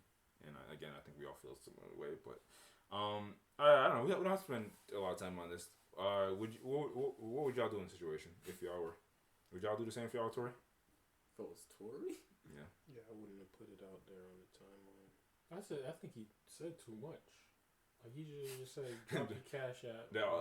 Did she even say that she doesn't like him, or she just said his music? Because he said, you don't know the real music. The first initial... That's interesting. The first initial thing that she... Oh, I guess she didn't say music. Maybe she just hated on him. But. I don't even know how this whole thing could have started. She was... Like, you see somebody say... Yeah, Tory Lanez new music is fire, and then you respond and say no, it's not. And then, or she could have just said a tweet that Tory's trash. She's with Meg 100%. I don't know if I would have given her any money. I would have responded, and I would have given her money, which is probably a net negative. Right. Well, you gotta get it. I'm saying, or you could have just donated it. I'm not donating anything. The reason being, if I was gonna give people random people money like that, or not random people, I would have to give everybody like. No, you just do it at your discretion. I mean, okay, I guess I should say I don't know if I would give her money because I don't know if I would have paid any attention to it. Yeah, I might have wanted to give money to somebody else. What if it caught your attention? If you're gonna give money to someone, why give it to a hater? If it caught my attention, I might just keep scrolling. I mean, I don't know what she said. She said you're trash. What? No, like take this out of Tory Lanez. Let's put you're eating, and somebody comes at you for whatever reason. They don't like y'all, and it catches your attention, and you are feeling like you. Let me one up this person that's trashing me. Put some money in their bank account. No, because what I would have done is I'm not sending anything, and I'm saying to myself, "Damn, you suck. You were hating on me. You broke as hell." And I would have. Jesus Christ! I'm not gonna say that to them. Like, I'm not gonna send a message to them. I'm just gonna think it to myself. I'm like, "Damn, I'm good." And I'm moving on. That's all I'm doing. Nah, I mean, it wouldn't be necessarily like I wouldn't do anything out of spite. It's just. Maybe I want to give $2.5K to somebody else. Yeah, give it to someone who's not a hater. You see a fan of yours, you're like, damn, they're broke, but they're a fan of me. If I had negative PR like him, I don't know.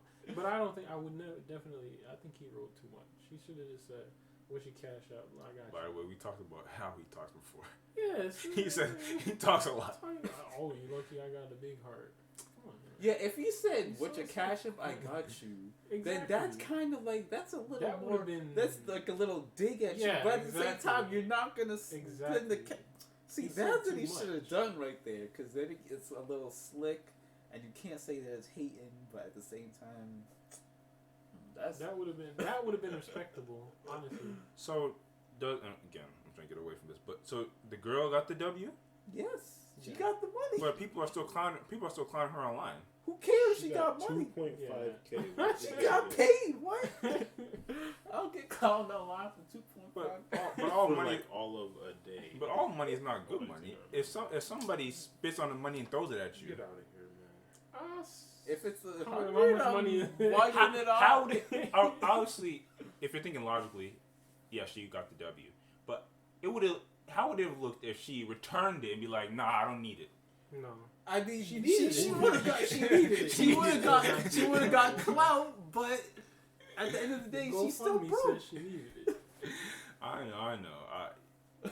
Part of me thinks that if she had said, "Nah, I'm not accepting all money. I'd rather be broke." That's just stupid. No, because that's just being I don't know proud. if she even hated him that already much. has the GoFundMe up. It's too late to be proud. Hey, man. I don't know if I want to. I mean, if she said, this is a despicable man who has no morals and I guess if you say like this man is not worth anything and blah blah blah, then you probably couldn't be like taking his money. Yeah. But if you're just saying his music is trash, because that's what she said after. If she's just saying his music is trash and I don't really care for him, and even if I don't know how she stands on the Meg thing, but that doesn't warrant. I won't take a penny from this man because he's just so despicable. That right there, and again, I didn't mean to spend too much time on this, but I guess that is a good question. Are we accepting if there's nothing attached to it? You get the cash. Are you accepting cash from any source, even if the source is evil? I can't think of a good example. Like I don't want to say a drug deal would be dramatic, but illegal. This is legal. So it's legal. Legal. If again, this is going to be a bad example, but if Trump, I took money from Trump. All right, maybe if a mega church pastor is hanging out. You are the only one in that boat, by the way. I can't think of a good antagonist. But yeah, if somebody you deem a bad person, Jeff Bezos. I'm saying that jokingly because I know a lot of bad people on it. Yeah, maybe I don't know. No. I'm saying that jokingly because people hate him. No, I know people hate all rich people. Kind of going in over there. Yeah, I can't think of a good example. So Zuck. I'd be a little. Well, if I don't see him. I don't even see wait. If it's digital, if he's sending it to me digitally, I might. I mean, if it's Cash App or something, but if it's something strange, that's the whole conversation. Oh, why? Because you're concerned about privacy? Yeah, you remember he was trying to make a coin. He shouldn't be allowed to make a coin. Now he cannot make a coin. I don't care if someone steals my info. I'm gonna be honest. Like I ain't got nothing. That's a whole conversation in itself. Let me think. About who do we consider a bad person? I was just listening to something. They said the Rhodes Scholar, the Rhodes Scholarship. Yeah. It was funded by some guy who was like intensely racist. There we go. If you got money from a white bigot, someone who received the scholarship said, I can't think of a better way to get back at this man so you guys have to that take the mentality. money because he never wanted me to have it in the first place. I definitely I hear that a lot. I get it. I feel like there's a part of me. I think I'm always gonna accept the cash. I think so because it kind of depends though. Are you getting like, let's say if you were the Rhodes Scholar? Is the money dirty? No, not no. It's dirty. not dirty. I'm saying legal. if it's interpersonal or if it's like them giving you directly. Like if you were that Rhodes Scholar, if I was a Rhodes Scholar, I'm taking the money. But if that racist dude was to your giving it out to your face, he's dead. Wait. Oh, who cares? I'm saying if he was alive. Yeah, I'm talking about alive. If a white white devil. I think that makes it better. Then he can see you receive the scholarship. I don't know, but he tells you. And I'm not talking about scholarship. I'm talking about he give me a cash up. Didn't you post a picture of dude selling MAGA hats or something? That would go into that top. Yeah, it is like that. Yep. I wish we had the article I would pull up real quick. So y'all taking it? I guess I'm taking it too. It's as long as it's on the up and up legal, I don't think I think there's probably a good group of people that's gonna look at us and think we're crazy. The thing is too. Like, I don't know if this is this is probably the majority. I don't know if it's the good opinion. You have to put in the caveat that you can't be like blackmail with the money. Like they can't. No. They can't hold it over no your head. No strings attached. No strings attached. Yeah. And it's legal. It's just going to your account. Okay, I have another wrinkle. If you're the owner or the president or whatever, the company you work for is intensely racist, they still alive and kicking. They say, "Oh, I hate black people." X, Y, Z. Would you have any problem at all getting that paycheck? Working for them and essentially making them money? Well, I kind of assume white people in positions to be white devils. If I know, and I mean, if like an incident like what happened to Donald Sterling, if he gets caught and they let him be there, I'm out. I'm gonna find another place. It's not. Maybe that's a very cocky answer, but I don't think I would. Why would I stay? When I know I'm relatively comfortable with the fact I can get another job. That's me. Yeah, that is another wrinkle that you gotta be. I'm thinking it might depend on. What do you say? Well, yeah, it definitely depends on what the person said, but it also depends on the size of. What Donald Sterling said? You remember? Depends on the size of the company. To me, what did he say? I think you're talking about the team players. I don't know if he. Yeah, he didn't call them monkeys. He called them nappy-headed hoes. No, it was something. It was like. I'm saying this is recent, right?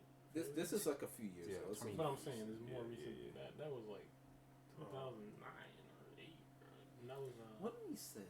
Yeah, radio. I forget who it was. Sorry, what did you say again? If you would depend on circumstances. And the size of the company, I think. The size of your company. The company you work with. I don't know the president. Man. Yeah, I don't know him either, but he better not get caught on tape saying some racist ish. Man, them guys, I feel like there's been a few in the past few years. Like I don't even think it's that. I don't know. Again, they gotta out him. There's a little bit of rotate. Oh yeah, I mean somebody should remove the person. By the way, am I gonna say they might still be on payroll? Yes, he might. They're still the owner and the president. They still somebody. Okay, it would be a huge hypocrisy for the company to leave that person in power based on, in my company in particular, like the things that they claim to stand by. That's why it would be weird. Silly. Mm-hmm. However, I don't think my day-to-day work would change. Yeah, not at all. Also, I feel like he would rotate out like the last guy. Okay, so this is. He doesn't really represent the company. Like you're saying, like if he was this is like a public story or something, that it was like outed and news outlets were covering it. But I'm saying you're saying it's not public. No. This is like let's say this is like a private email that he didn't mean to send out, and he sent it out to the entire company and the employees, and he was talking some racist ish in that email. First of all, I feel like that would go out, but I almost feel like I could take advantage of discrimination. I might hit the reply. I might hit the reply. Your next like a month at the company is like you're just sitting on a cloud. Exactly. That's what I'm saying. Just real quick, what's your take on Ace? Yeah, I think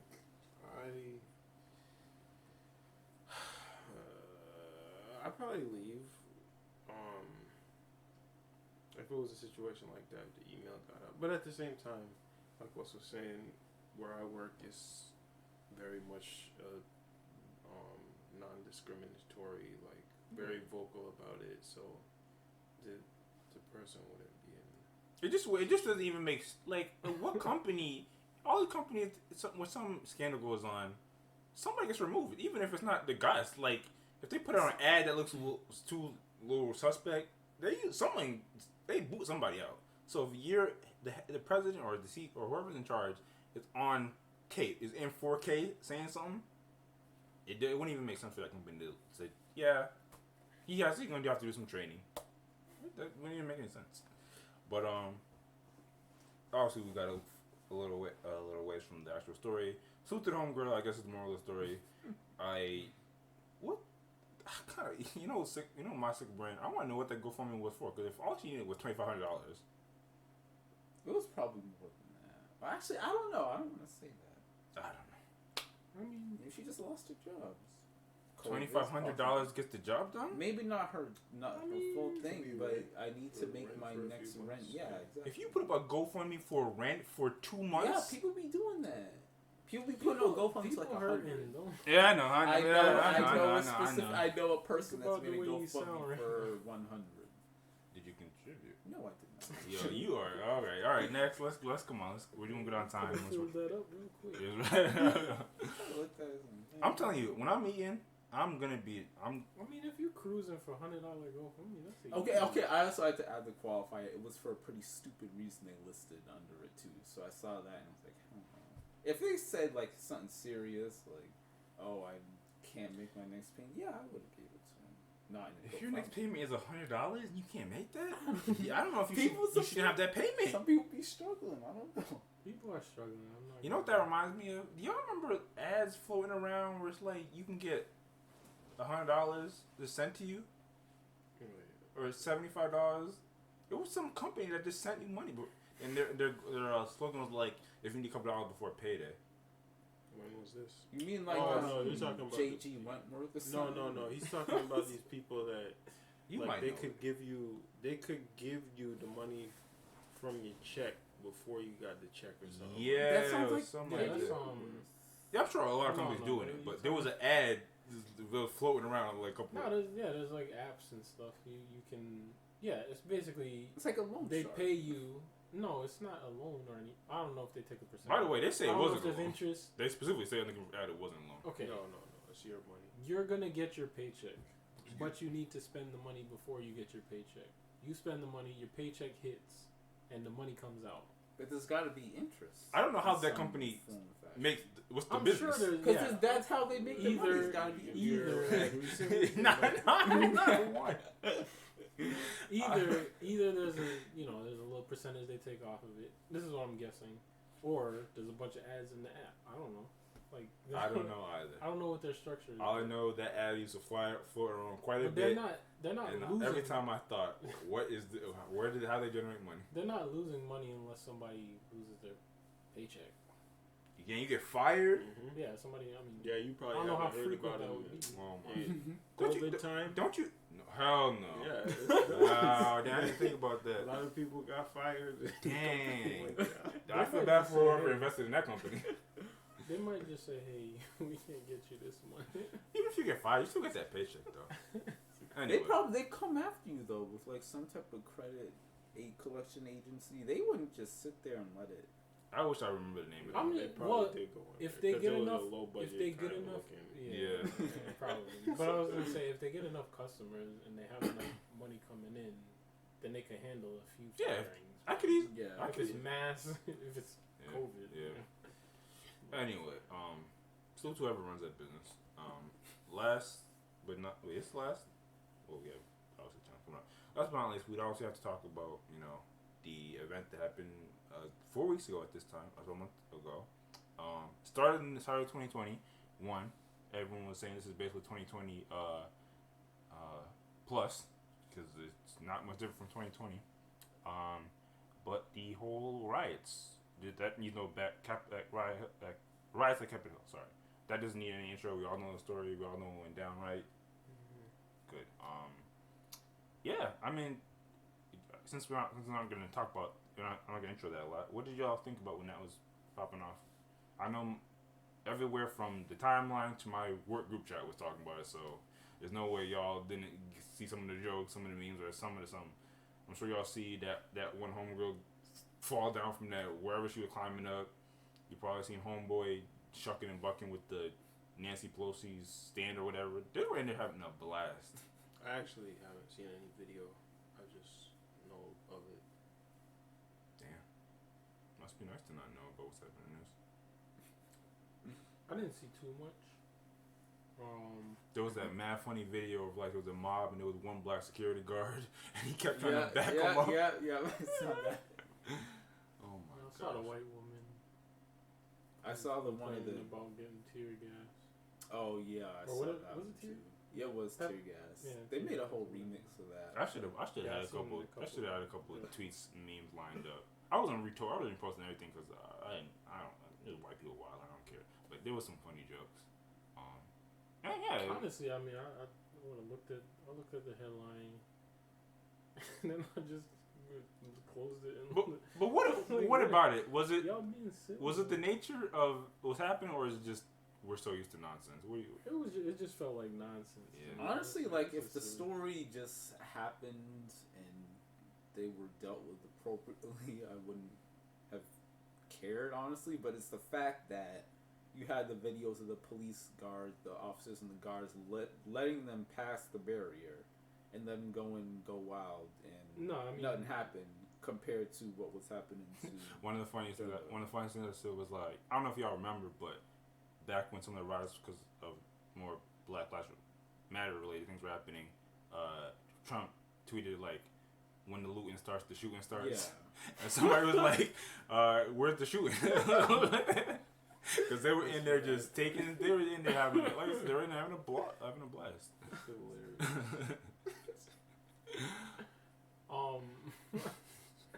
I will say, I did have the thought, like, why aren't these people getting shot? But because of the complexion of their skin. I guess one of them did, but maybe it wasn't even.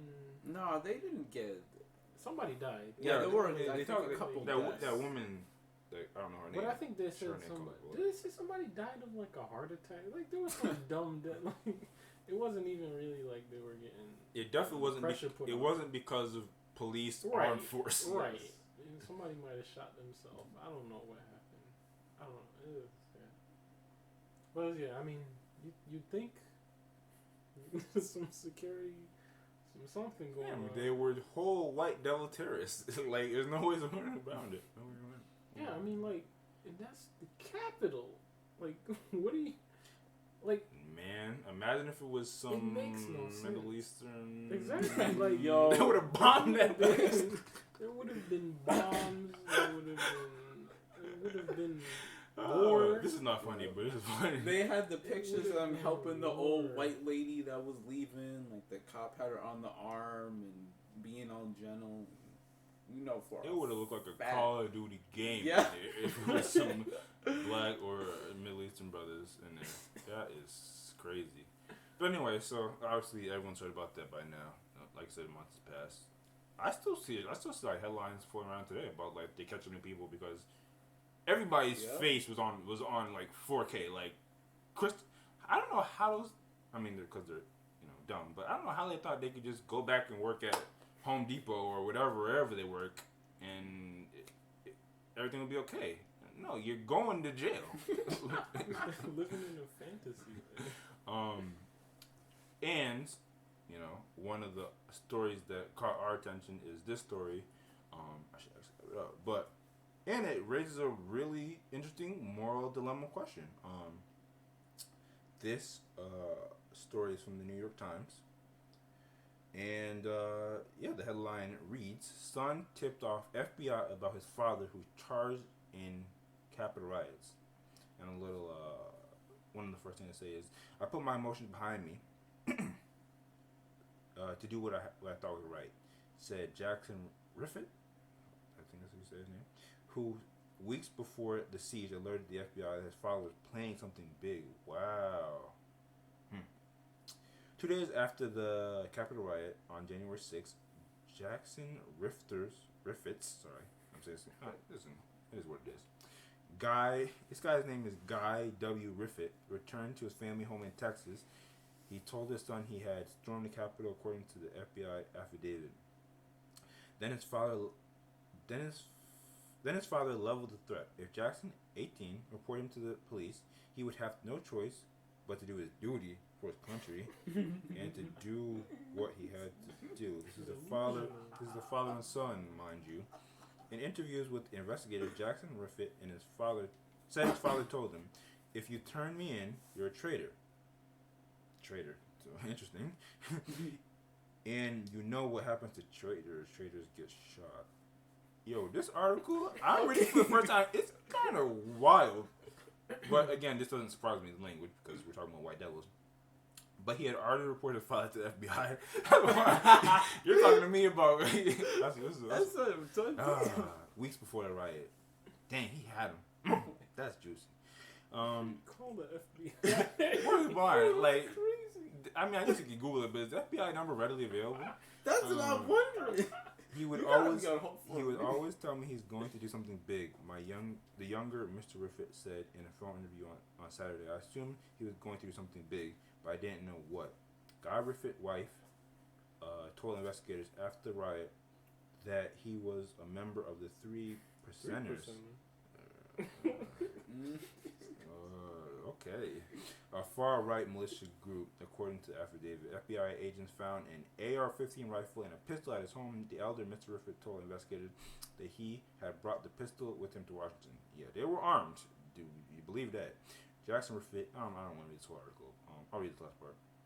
Jackson Riffett said he learned that his father was headed to Washington the day before the riot, but he did not know what he would be doing there. He discovered that what was happening when he saw images of rioters storming Capitol News. It was not clear what, if anything, the Federal Bureau of Investigation did after. Whoa. Oh, it wasn't sure. It wasn't clear what, if anything, the Federal Bureau of Investigation did after Mr. Riffett first contacted FBI about his father. Federal investigators. Yeah. By the way, this story is crazy. The federal investigators contacted him during the riots to follow up. Yeah, during the riots. Follow up on his tip from weeks earlier, at which point he said he helped prove what they were trying to investigate. That is so wild. So if I tell you that a white devil's up to no good, and then you see the white devil on the news, then you hit me back? Yeah. Hey, about that tip. He left a message and they said, oh, shoot. Oh, yo, this is... It don't seem like they're doing their job very well. Yo, we could have a ball with this. Man. And obviously, it was a whole event, and obviously it had mad media attention.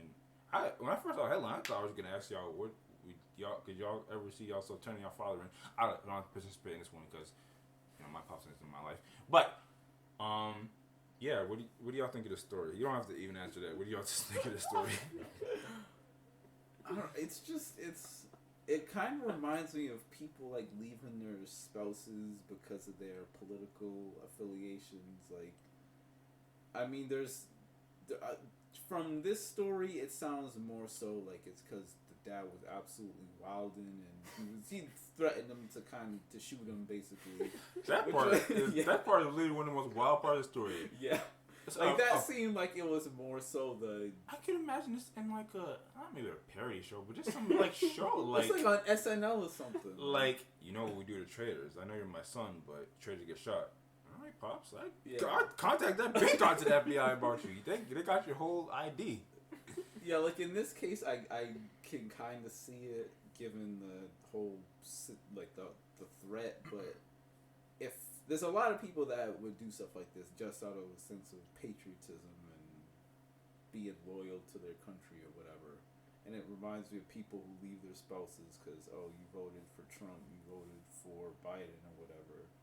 And, I mean, there's not just leaving someone or turning them in because you think that they're being legitimately harmful, and it's just doing it because you don't agree with them and you're getting brainwashed. I guess let's take out like a father because that's something that's very far removed from something we could ever imagine. If you guys had a white friend and you saw them wilding, what's your next course of action?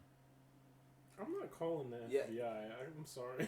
Yeah, if this was, I don't think I'm calling the FBI on anybody. Yeah, I still don't know how you unless contact they're the FBI. making a literal bomb and trying to kill some people. Yeah. If I saw them on TV, I'm like, yo, Whoa. what's he doing? And I'm going on with my day. I'm not turning him in. What? I mean, if I found out somebody was about to plant a bomb somewhere, yeah, I think I'd have to make a 911. Let's not make up scenarios. What if you saw them at Capitol Hill wilding? What's there to talk about? Yeah, no, I'd say, geez, what the heck? I guess so. But what if the FBI approaches you? Like, do you know the person? No, I don't know. Dang. What? I don't know. I would not. I don't know if I would turn down a chance to get rid of a white terrorist. I mean, I probably shouldn't state my opinion about this, but I don't feel it necessary to turn in Criminals? these people. Oh, okay. These people specifically. Yeah. Why? Because they were all in. Because you think they got them all? No, because it was a riot. Where's it gonna go? What do you mean? I mean, you think they should have the opportunity to do it so black people can riot? Is that what you're trying to say? Not necessarily so black people can riot, but it was freedom to riot. So yeah, like you do at every riot, are people getting arrested? Yeah, if they get caught. Yeah, if you get caught. Yeah. So am I gonna turn in everybody for every riot? But it's more so the cause though. Like we talked about this before. When a lot of times when black people riot, it's because somebody died. These people rioted because homeboy lost. If I'm not mistaken. I don't really care. I mean, I don't really care why you riot. If the intention isn't necessarily to kill or to hurt people, They bought guns. Yeah, but apparently not that much violence happened besides people being foolish and there were a few themselves. cops that got cops got injured. Okay, Killed. I don't know about two. two. I think there were two cops that died. But I don't does know that if it's incriminate from everybody gunshots. in the riot? I mean, they're technically performing a crime, but I do get what you're saying. It is Capitol Hill, bro. Like I don't. It was. So I don't think nice. I care. No, I'm not. I'm not reporting people. Yeah, honestly, I do see what you're saying about being to me, the Capitol Hill thing, they shouldn't have done it, but if you see, if you're seeing them riot at if they're doing the same exact thing, same exact substance, except it's at a Walmart or something. Yeah, Target. It's not the same. Obviously, it's the fact that they went there is kind of symbolic. But if they're doing the same exact stuff at a Walmart, is it really like that? I don't say that big a deal, but Yeah, because I've talked about my feelings about people rioting anyway. I don't think it's a good thing in general, but at the same time, I kind of look at both of these in the same way. In that it wasn't. I think cause plays a lot. Yeah, it's not cause. Not looking at cause. Looking at the action. It was a riot, and it's not like they went there to go in there and shoot up the place or anything like that, or shoot up people. I think they went in there to They went. Stuff. What's that little cute thing people keep saying? People, they woke up and chose violence. They woke up and chose violence that day. Yeah, if they found AOC in one of those rooms, you telling me they wouldn't have tried to? She would have been. I'm not going. I mean, but to answer the question, I'm not. I don't feel fine. the need to report. That's fine.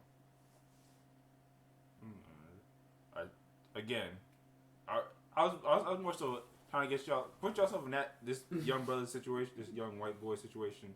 Although not your father, like a friend. So afterwards, y'all had a conversation. Y'all linked up, and you said, "Hey, didn't I see you at the home?" And he said, "You know, you can't turn me in because if you turn me in, all right." If they said that, then I'd be. Hey, that's what happened. And not even because I'm feeling threatened. I'm not turning him in. I'm not turning him in, but when he asks to go hang out, I'm gonna be like, "Nah, you a little hot right now." I don't know about that. That don't look good for me. I'm gonna have to say, oh man, I'm gonna hit you back in a while. Yeah, it's gonna be a while. Some of these numbers that some of these guys are getting. You gotta give this a few months to see. Oh if USC, it's a wrap. I mean, if he don't get caught after a few months, what white boy I really want to hang out with them? Like, anyways, we might could still have lunch or something. I'm good. Hey man, yeah. Obviously, we're joking around, but I guess that is a really sucky and unfortunate situation where you have to turn, we're talking about friends, but a whole family member in. And yeah, I wonder what that. Even though I'm glad I never even have to even imagine it. I wonder what that situation is like when you have a whole father or parent that is on some very radical views and you just have to live with them. That's something else. So one other story that caught our attention, and I still don't fully understand the story, so maybe you can break this down for me a little Ace. I certainly can.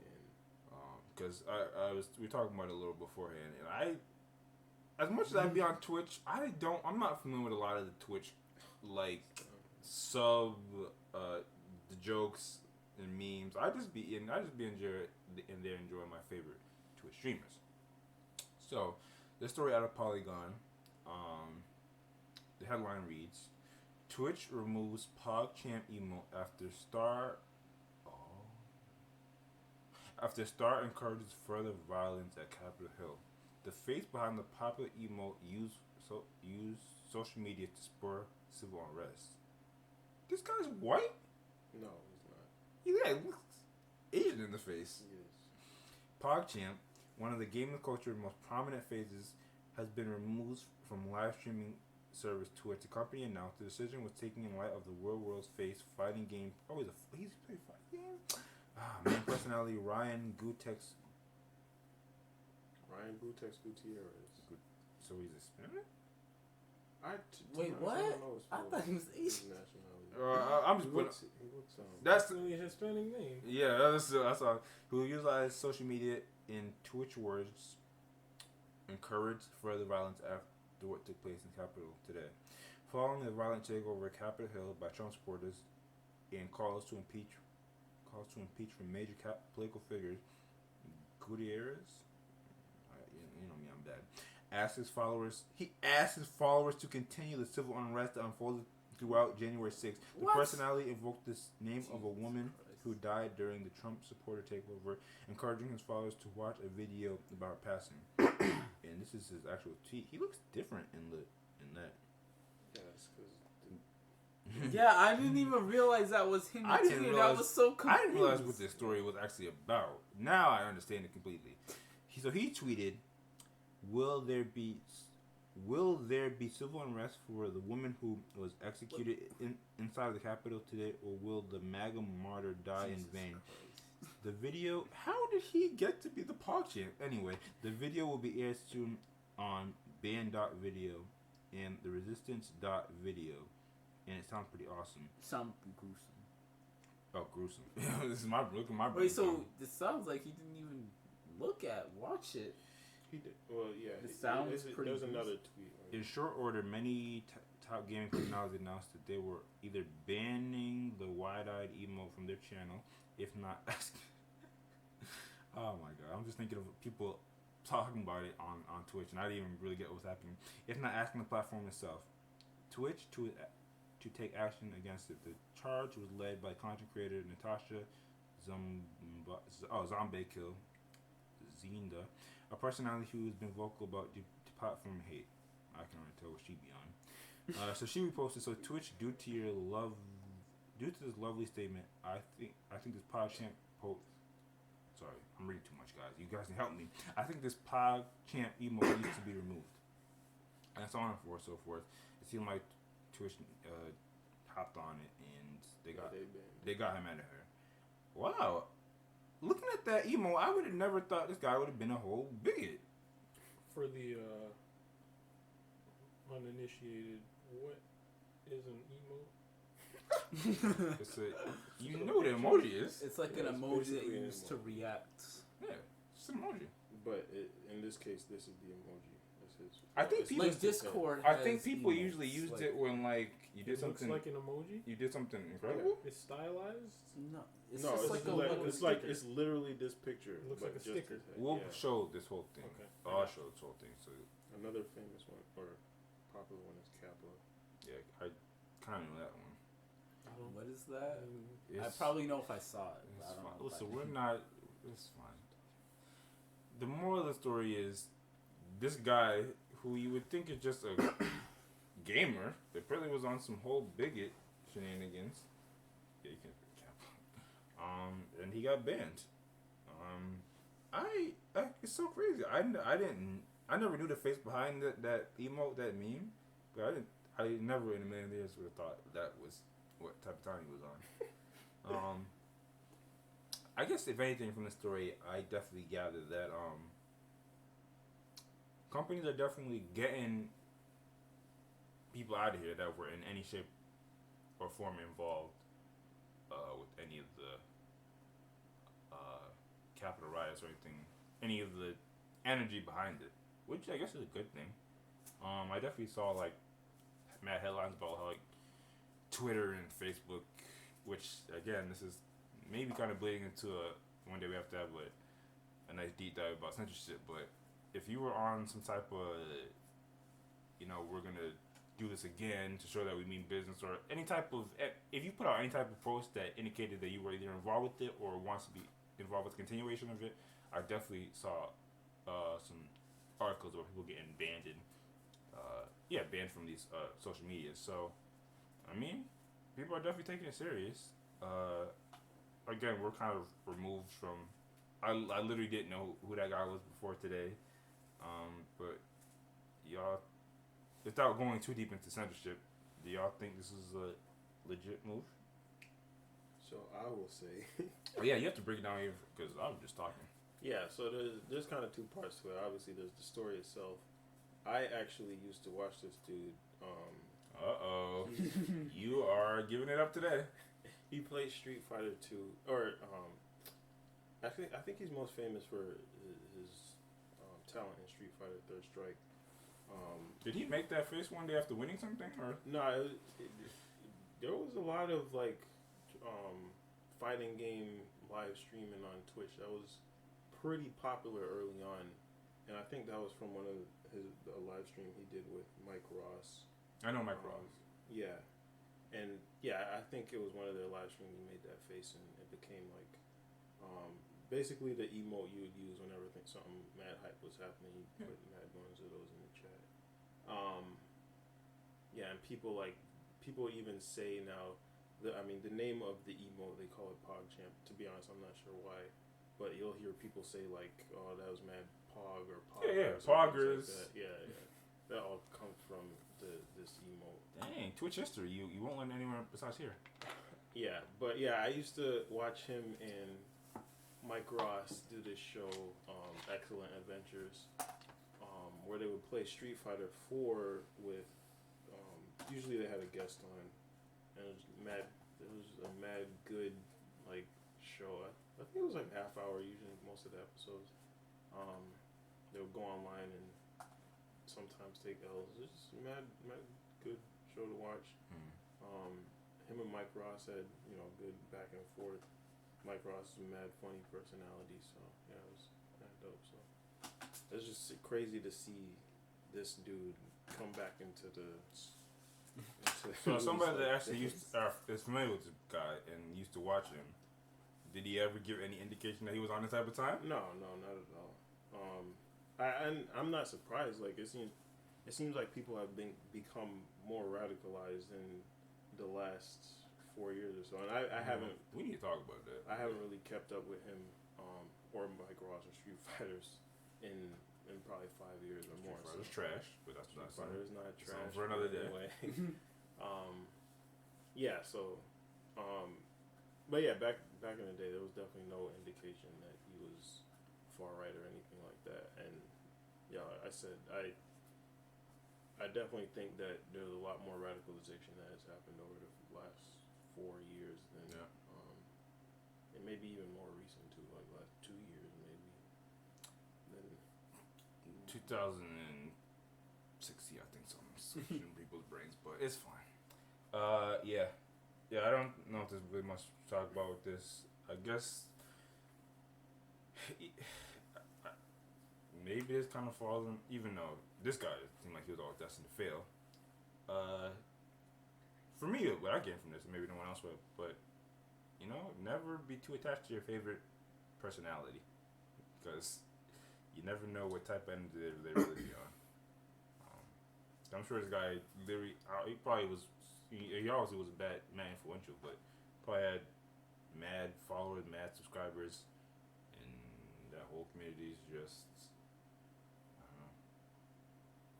don't know. Some of his like streams are probably archived now. Probably can find it in places.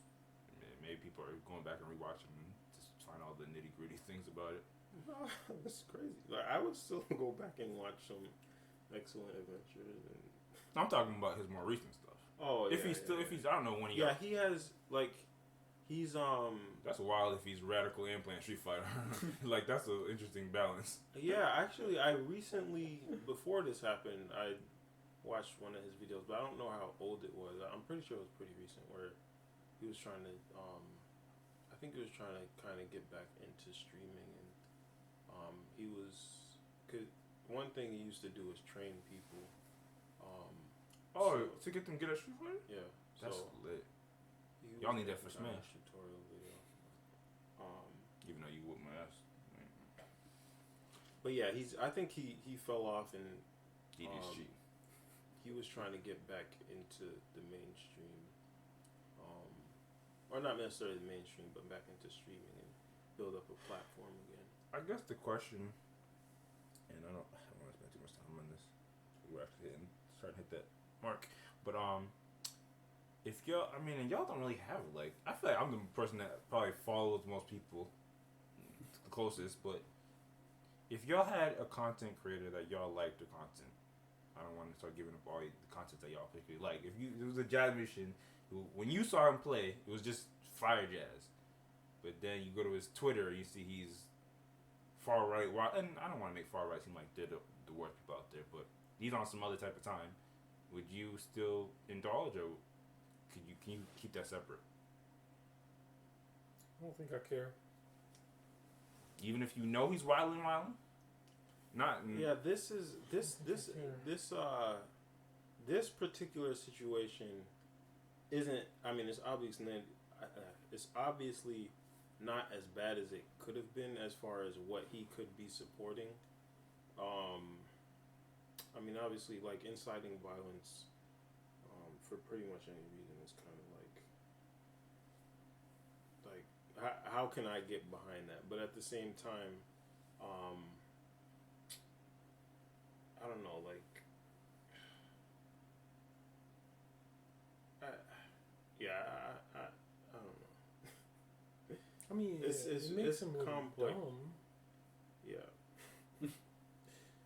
But I think it's kind of a complex issue because, like I was saying, people have become radicalized, and it feels more like brainwashing almost than just people being evil.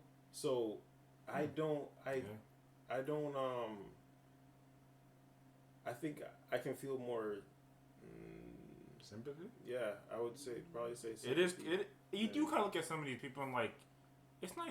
I mean, if you're on some bigotry, that's not acceptable. It's almost seems like they're just dumb, more so than evil. I get that. Maybe they're convinced. They're convinced that there's something, like terribly wrong with the way, the government is set up, society is set up, or whatever, and they have radical ideas about how things actually work, and for whatever reason they're convinced of certain things.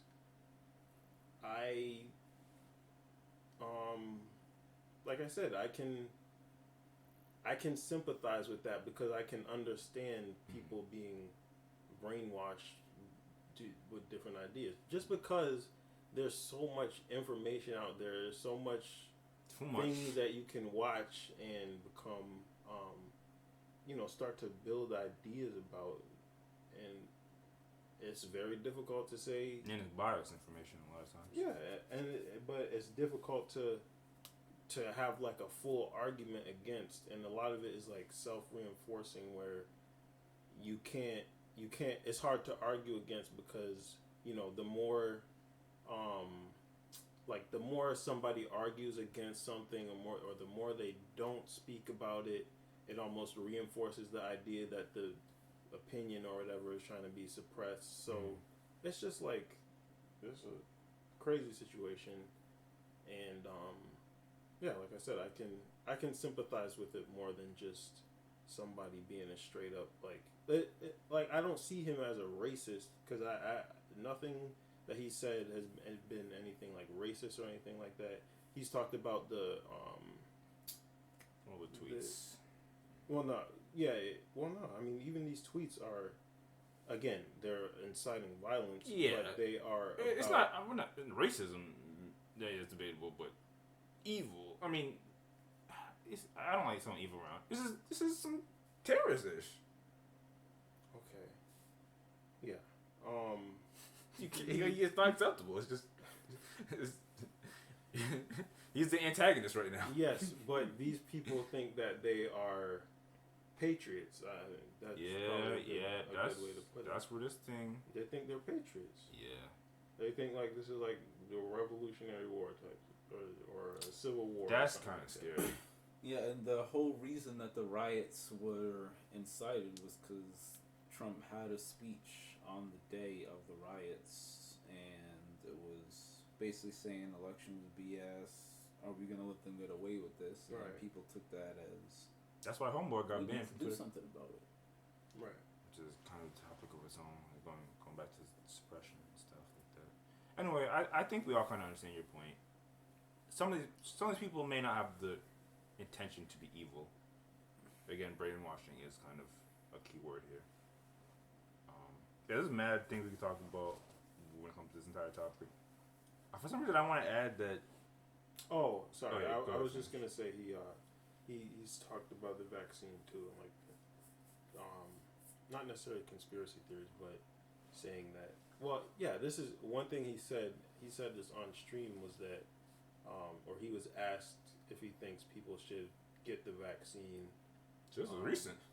Yeah, this is all very recent, and he said people should have the right to be able to choose whatever they want to do with their bodies, and that's seen as to I don't want to say the majority, but like I think it was a YouTube video or something like that, and I was looking through the comments, and that was just like seen as this big negative thing, like a wow, no, you should absolutely get the vaccine. Like that's kind of the consensus. We're not gonna have the whole vaccine convo tonight, but I know you're just bringing that up. Yeah, so I'm just saying, yeah, like he has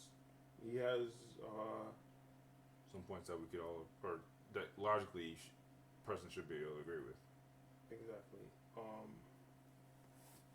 Yeah, so I don't know. I don't really see it as I guess it's not as bad as it could have been, really. But yeah, I mean the other thing too is that people are kind of asking like if this was necessary as far as completely removing the emote,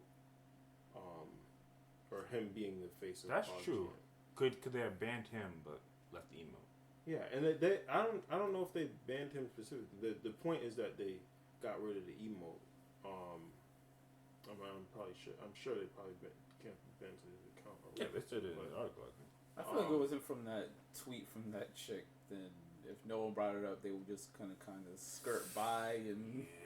Yeah, but most people are of the opinion. Well, not most, but most things that I've seen, they're of the opinion that it was kind of over the top, because the emote has literally.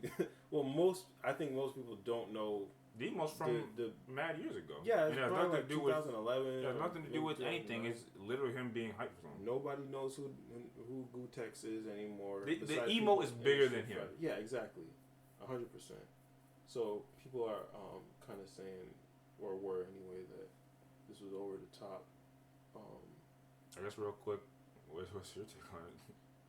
I think it was, but I mean that's because that's kind of more because of what I've been saying. Like, yeah, I tend to agree.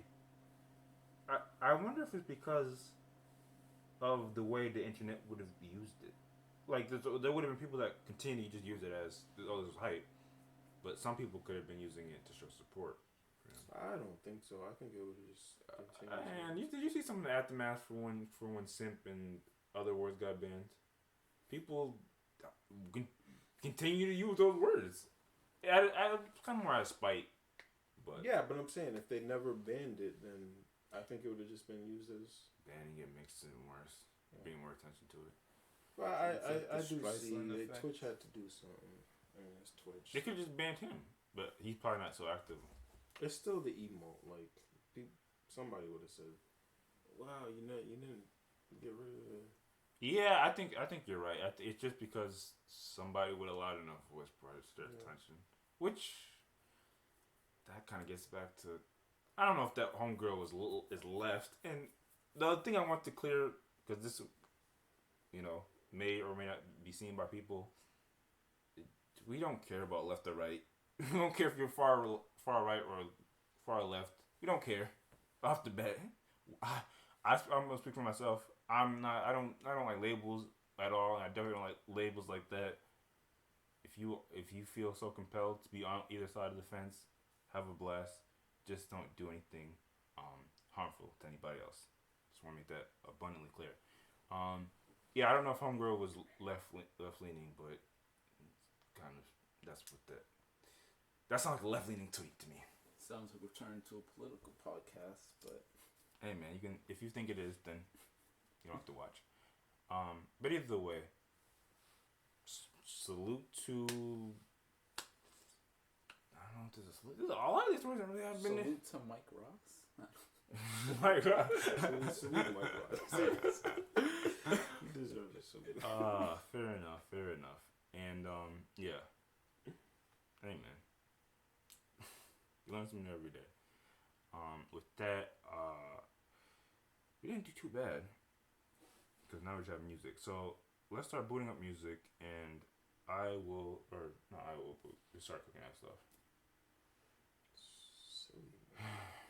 So we'll do music, and then we'll come back to that challenge and call it a podcast. All right. So we're back, and as you can see, we all got our bowls of hot noodles, and we're not happy about it. So Wes, why don't you break down what we're about to do? And also break down when we got introduced to this idea. We don't. No, some of us knew beforehand. No, actually, y'all got kind of warned. I thought it was a topic. Yo, hot noodles being a topic is wild. It's okay. It doesn't matter when. Either way. So we got these Korean spicy noodles. This is the 2X spicy, not the spiciest. Show the camera. Nice and close. They're supposed to be pretty tough, so we're gonna try to eat this whole. We got one pack each. We're gonna try to eat this whole package without drinking anything. So I don't even know. This is about how much. Hold us accountable, but it's a lot. Yeah, it's a decent amount, but hopefully we can get through it. It seems pretty spicy, and we're cooking it. So. Yeah, my eyes have been burning. So what's the rules of this? Let's see who's the most dramatic. So the only rules are you gotta finish it all, and you can't have a drink. And we'll say give it a good 5 minutes before you take your first drink.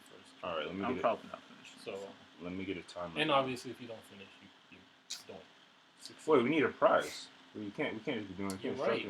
Put money on it. We should put money on it. How does this work if multiple people finish it? Yeah. Finish first, or if someone doesn't, the losers. Look at big baller over here. Look at that. Hold up. You got the blue on it. Losers put money in the pool. Yeah, you gotta have something. You gotta have something You gotta have something to finish it. 50. Yeah. I don't have cash on me. I'm telling you, I'm not confident in this. So I'm not putting 50 on it. Or maybe we could just do first. The first 20. person. Yeah, first I first person. We each put 20 in. Huh?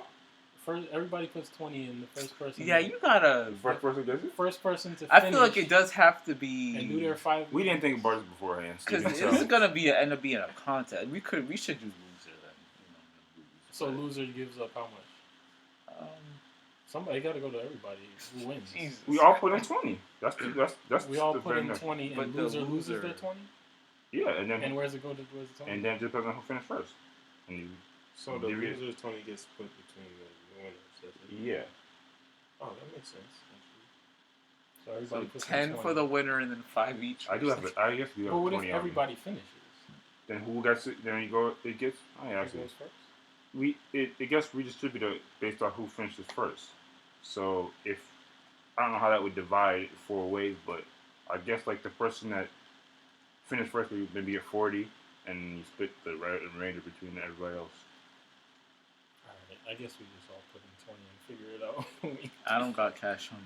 What I is got gone? Cash App. I got Cash App too. You know what? We all got. Or not. We just wanted do to it flex. digitally. Yes.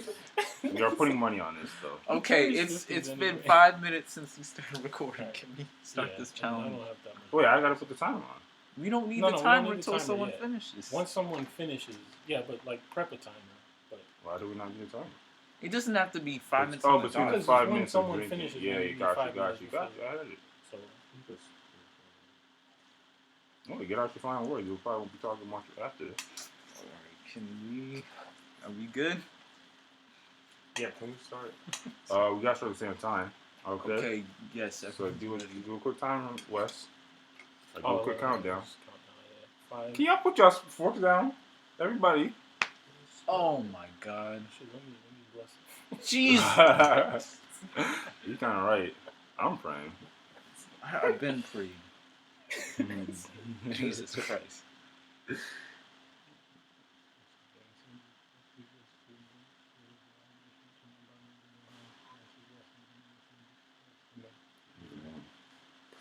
All right, now I'll do the countdown. Alright. 5, 4, 3,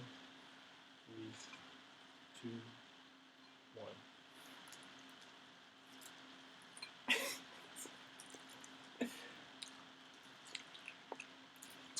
Easy. Anyway. That's a bowl of ramen. It's gonna kick in later. It ain't that bad. It's not. You a whole bowl of ramen.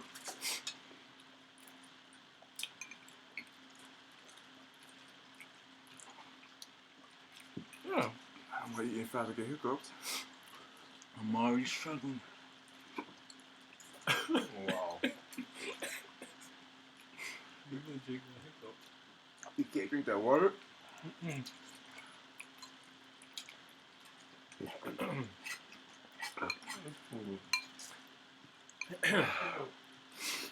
I mean, We need tissues too. Dog. we probably should. Some of us are messy eaters. Probably should have tissue.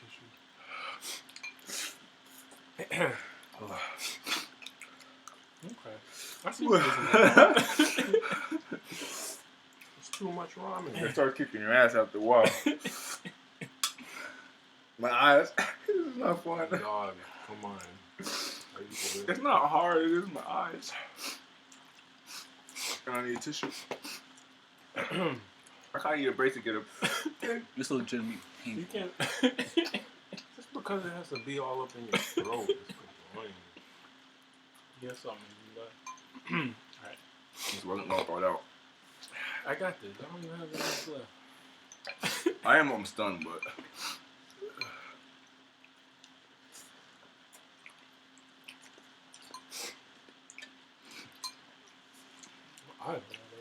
I can't sleep. I don't know if this is coming across on video how painful this is, but it's not fun. Alright. That $20 down the line. Nothing you can say about it. I guess I did underestimate it a bit. The kick comes afterwards. It's not gonna be on that first 2 bites. You good, Ghost? My tongue. Yeah. What's the strat? Hold your nose? Is that what they do? Y'all making me laugh. I'm not gonna tap out. Ace, you good? You ever ate and you have to get back? He was ready to put the money on the table. He put the money on it. I'm a betting man by nature. Lord have mercy. Hold it down now. I even think about this. Oh my god. Ace might be right. We might not be challenges. There's no point. I understand why it's a challenge. Is it worth it? We'll see when they have the content. I can't talk. Korean buttons down. Easy.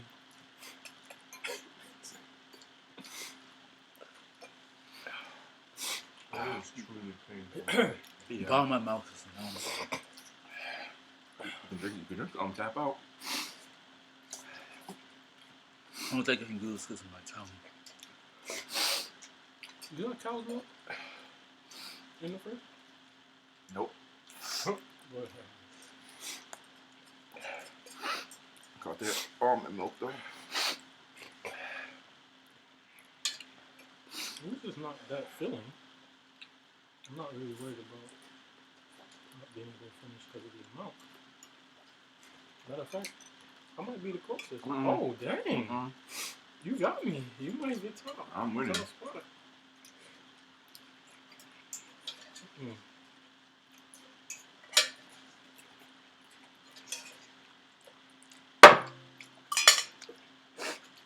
Oh, God. I was talking too much. So as you can see here, QuestLando, first one to finish. It really hurts to talk. So do I put the timer on, or it gotta be universal timer? Hold on, you can put that timer on for me too. Give me 1 second. Is this worth it? Immediately you'll be in probably third. Even if you do. Alright, go ahead. Damn, 5 minutes ain't no joke though. Oh. Tears is flowing though. Dang, he ever got a little congestion? So blow your nose out. Oh. Is there a song that's perfectly 5 minutes? I need to really take my mind off of it. It's been 30 seconds, by the way. Woo! Yeah, salute to all the people that are going like that hot ones, whatever. Oh no. Yeah, this is upset my stomach though. Shoot. Never again. Literally. So you know. Yeah, maybe next time we'll do something like a physical challenge. I don't think this is worth it to finish. Like, why? Yeah, if we put 100. I agree with you. Don't do it. I'm weak. Alright. It's happening now. As soon as that water just. Alright.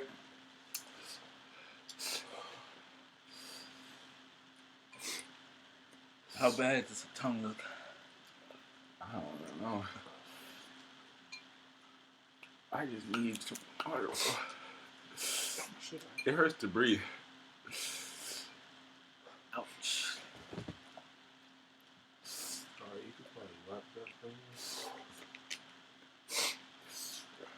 At this point, you can be part of it 5 minutes. It don't even matter. Alright, you got it. We're probably going to edit out the 5 minutes, by the way. Just trust us that we are waiting for 5 minutes. Or maybe don't trust us. I don't care at all. You got water, Ace? Not planning on drinking any. Really? Better man than me. Who else needs napkins? I'm actually good now. Yeah, give me a napkin. And bring a water. I think there's one more in the fridge. Why would you not drink water? I'm a beast. You're a weirdo, man. Bring the water from the fridge. To be honest, I think we should. I know it's kind of late in the game, cause when they do events like that, only like top 2 gets the prize money. Oh. And it's officially 5 minutes since we've eaten, finished it, so we officially get to drink water. Even though I'm kind of not chilling, but it's definitely went down since then. I can talk normally. My eyes aren't watering.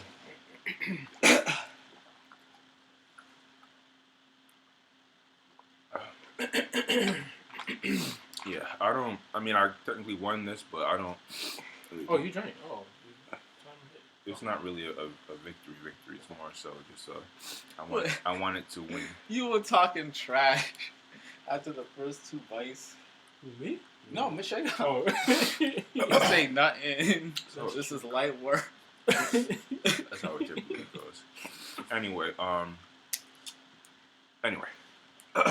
That was the first and last food challenge. Mine. Be warm, be filled. Hope you liked it. You never seen it again. To be determined. But yeah, honestly, we're kind of. I don't know if y'all have calmed down at this point, but is it even worth asking? Anything y'all looking forward to coming up? Do y'all feel like talking right now? Nope. I hope it snows tomorrow. Oh, actually, my Say it in the camera. You're very much out of it. too close to my yearly review for work is coming up, and that means a pay raise, and I'm asking for a pretty sizable one. You asked for your. Well, okay, they pitched one. I counter respond. I did it last year, and I had a damn good argument, and I got what I asked. And this year, going pretty ambitious. If I doubt I get all of it, but I'm gonna ask for 20% Increase? Yeah. That's a good increase. I deserve it, but we'll see if they agree. Considering all I do for the company, I deserve it. But and I got the perfect argument too. I told them last year at the review, I said, you're gonna be looking back in a year, and it's like, you deserve the increase you got this year, and you're gonna deserve a bigger one this year. And I backed it up with my work. So. Absolutely. That actually is something to look forward to. And we're all praying and sending our spirit energy your way. Yeah. I'm kind of with y'all. I kind of don't really want to talk right now. But what I'm looking forward to is not necessarily something that's fast approaching, but one of my big goals right now is just to try to get this podcast going. So for everyone and anyone that sees this in the future, I hope you enjoy it, and I definitely look forward to seeing any type of feedback that comes. But definitely with that, we're all mad tired after that experience. So fair enough. Maybe not physically tired, but anyway. Like I said, be warmed and be filled. All right.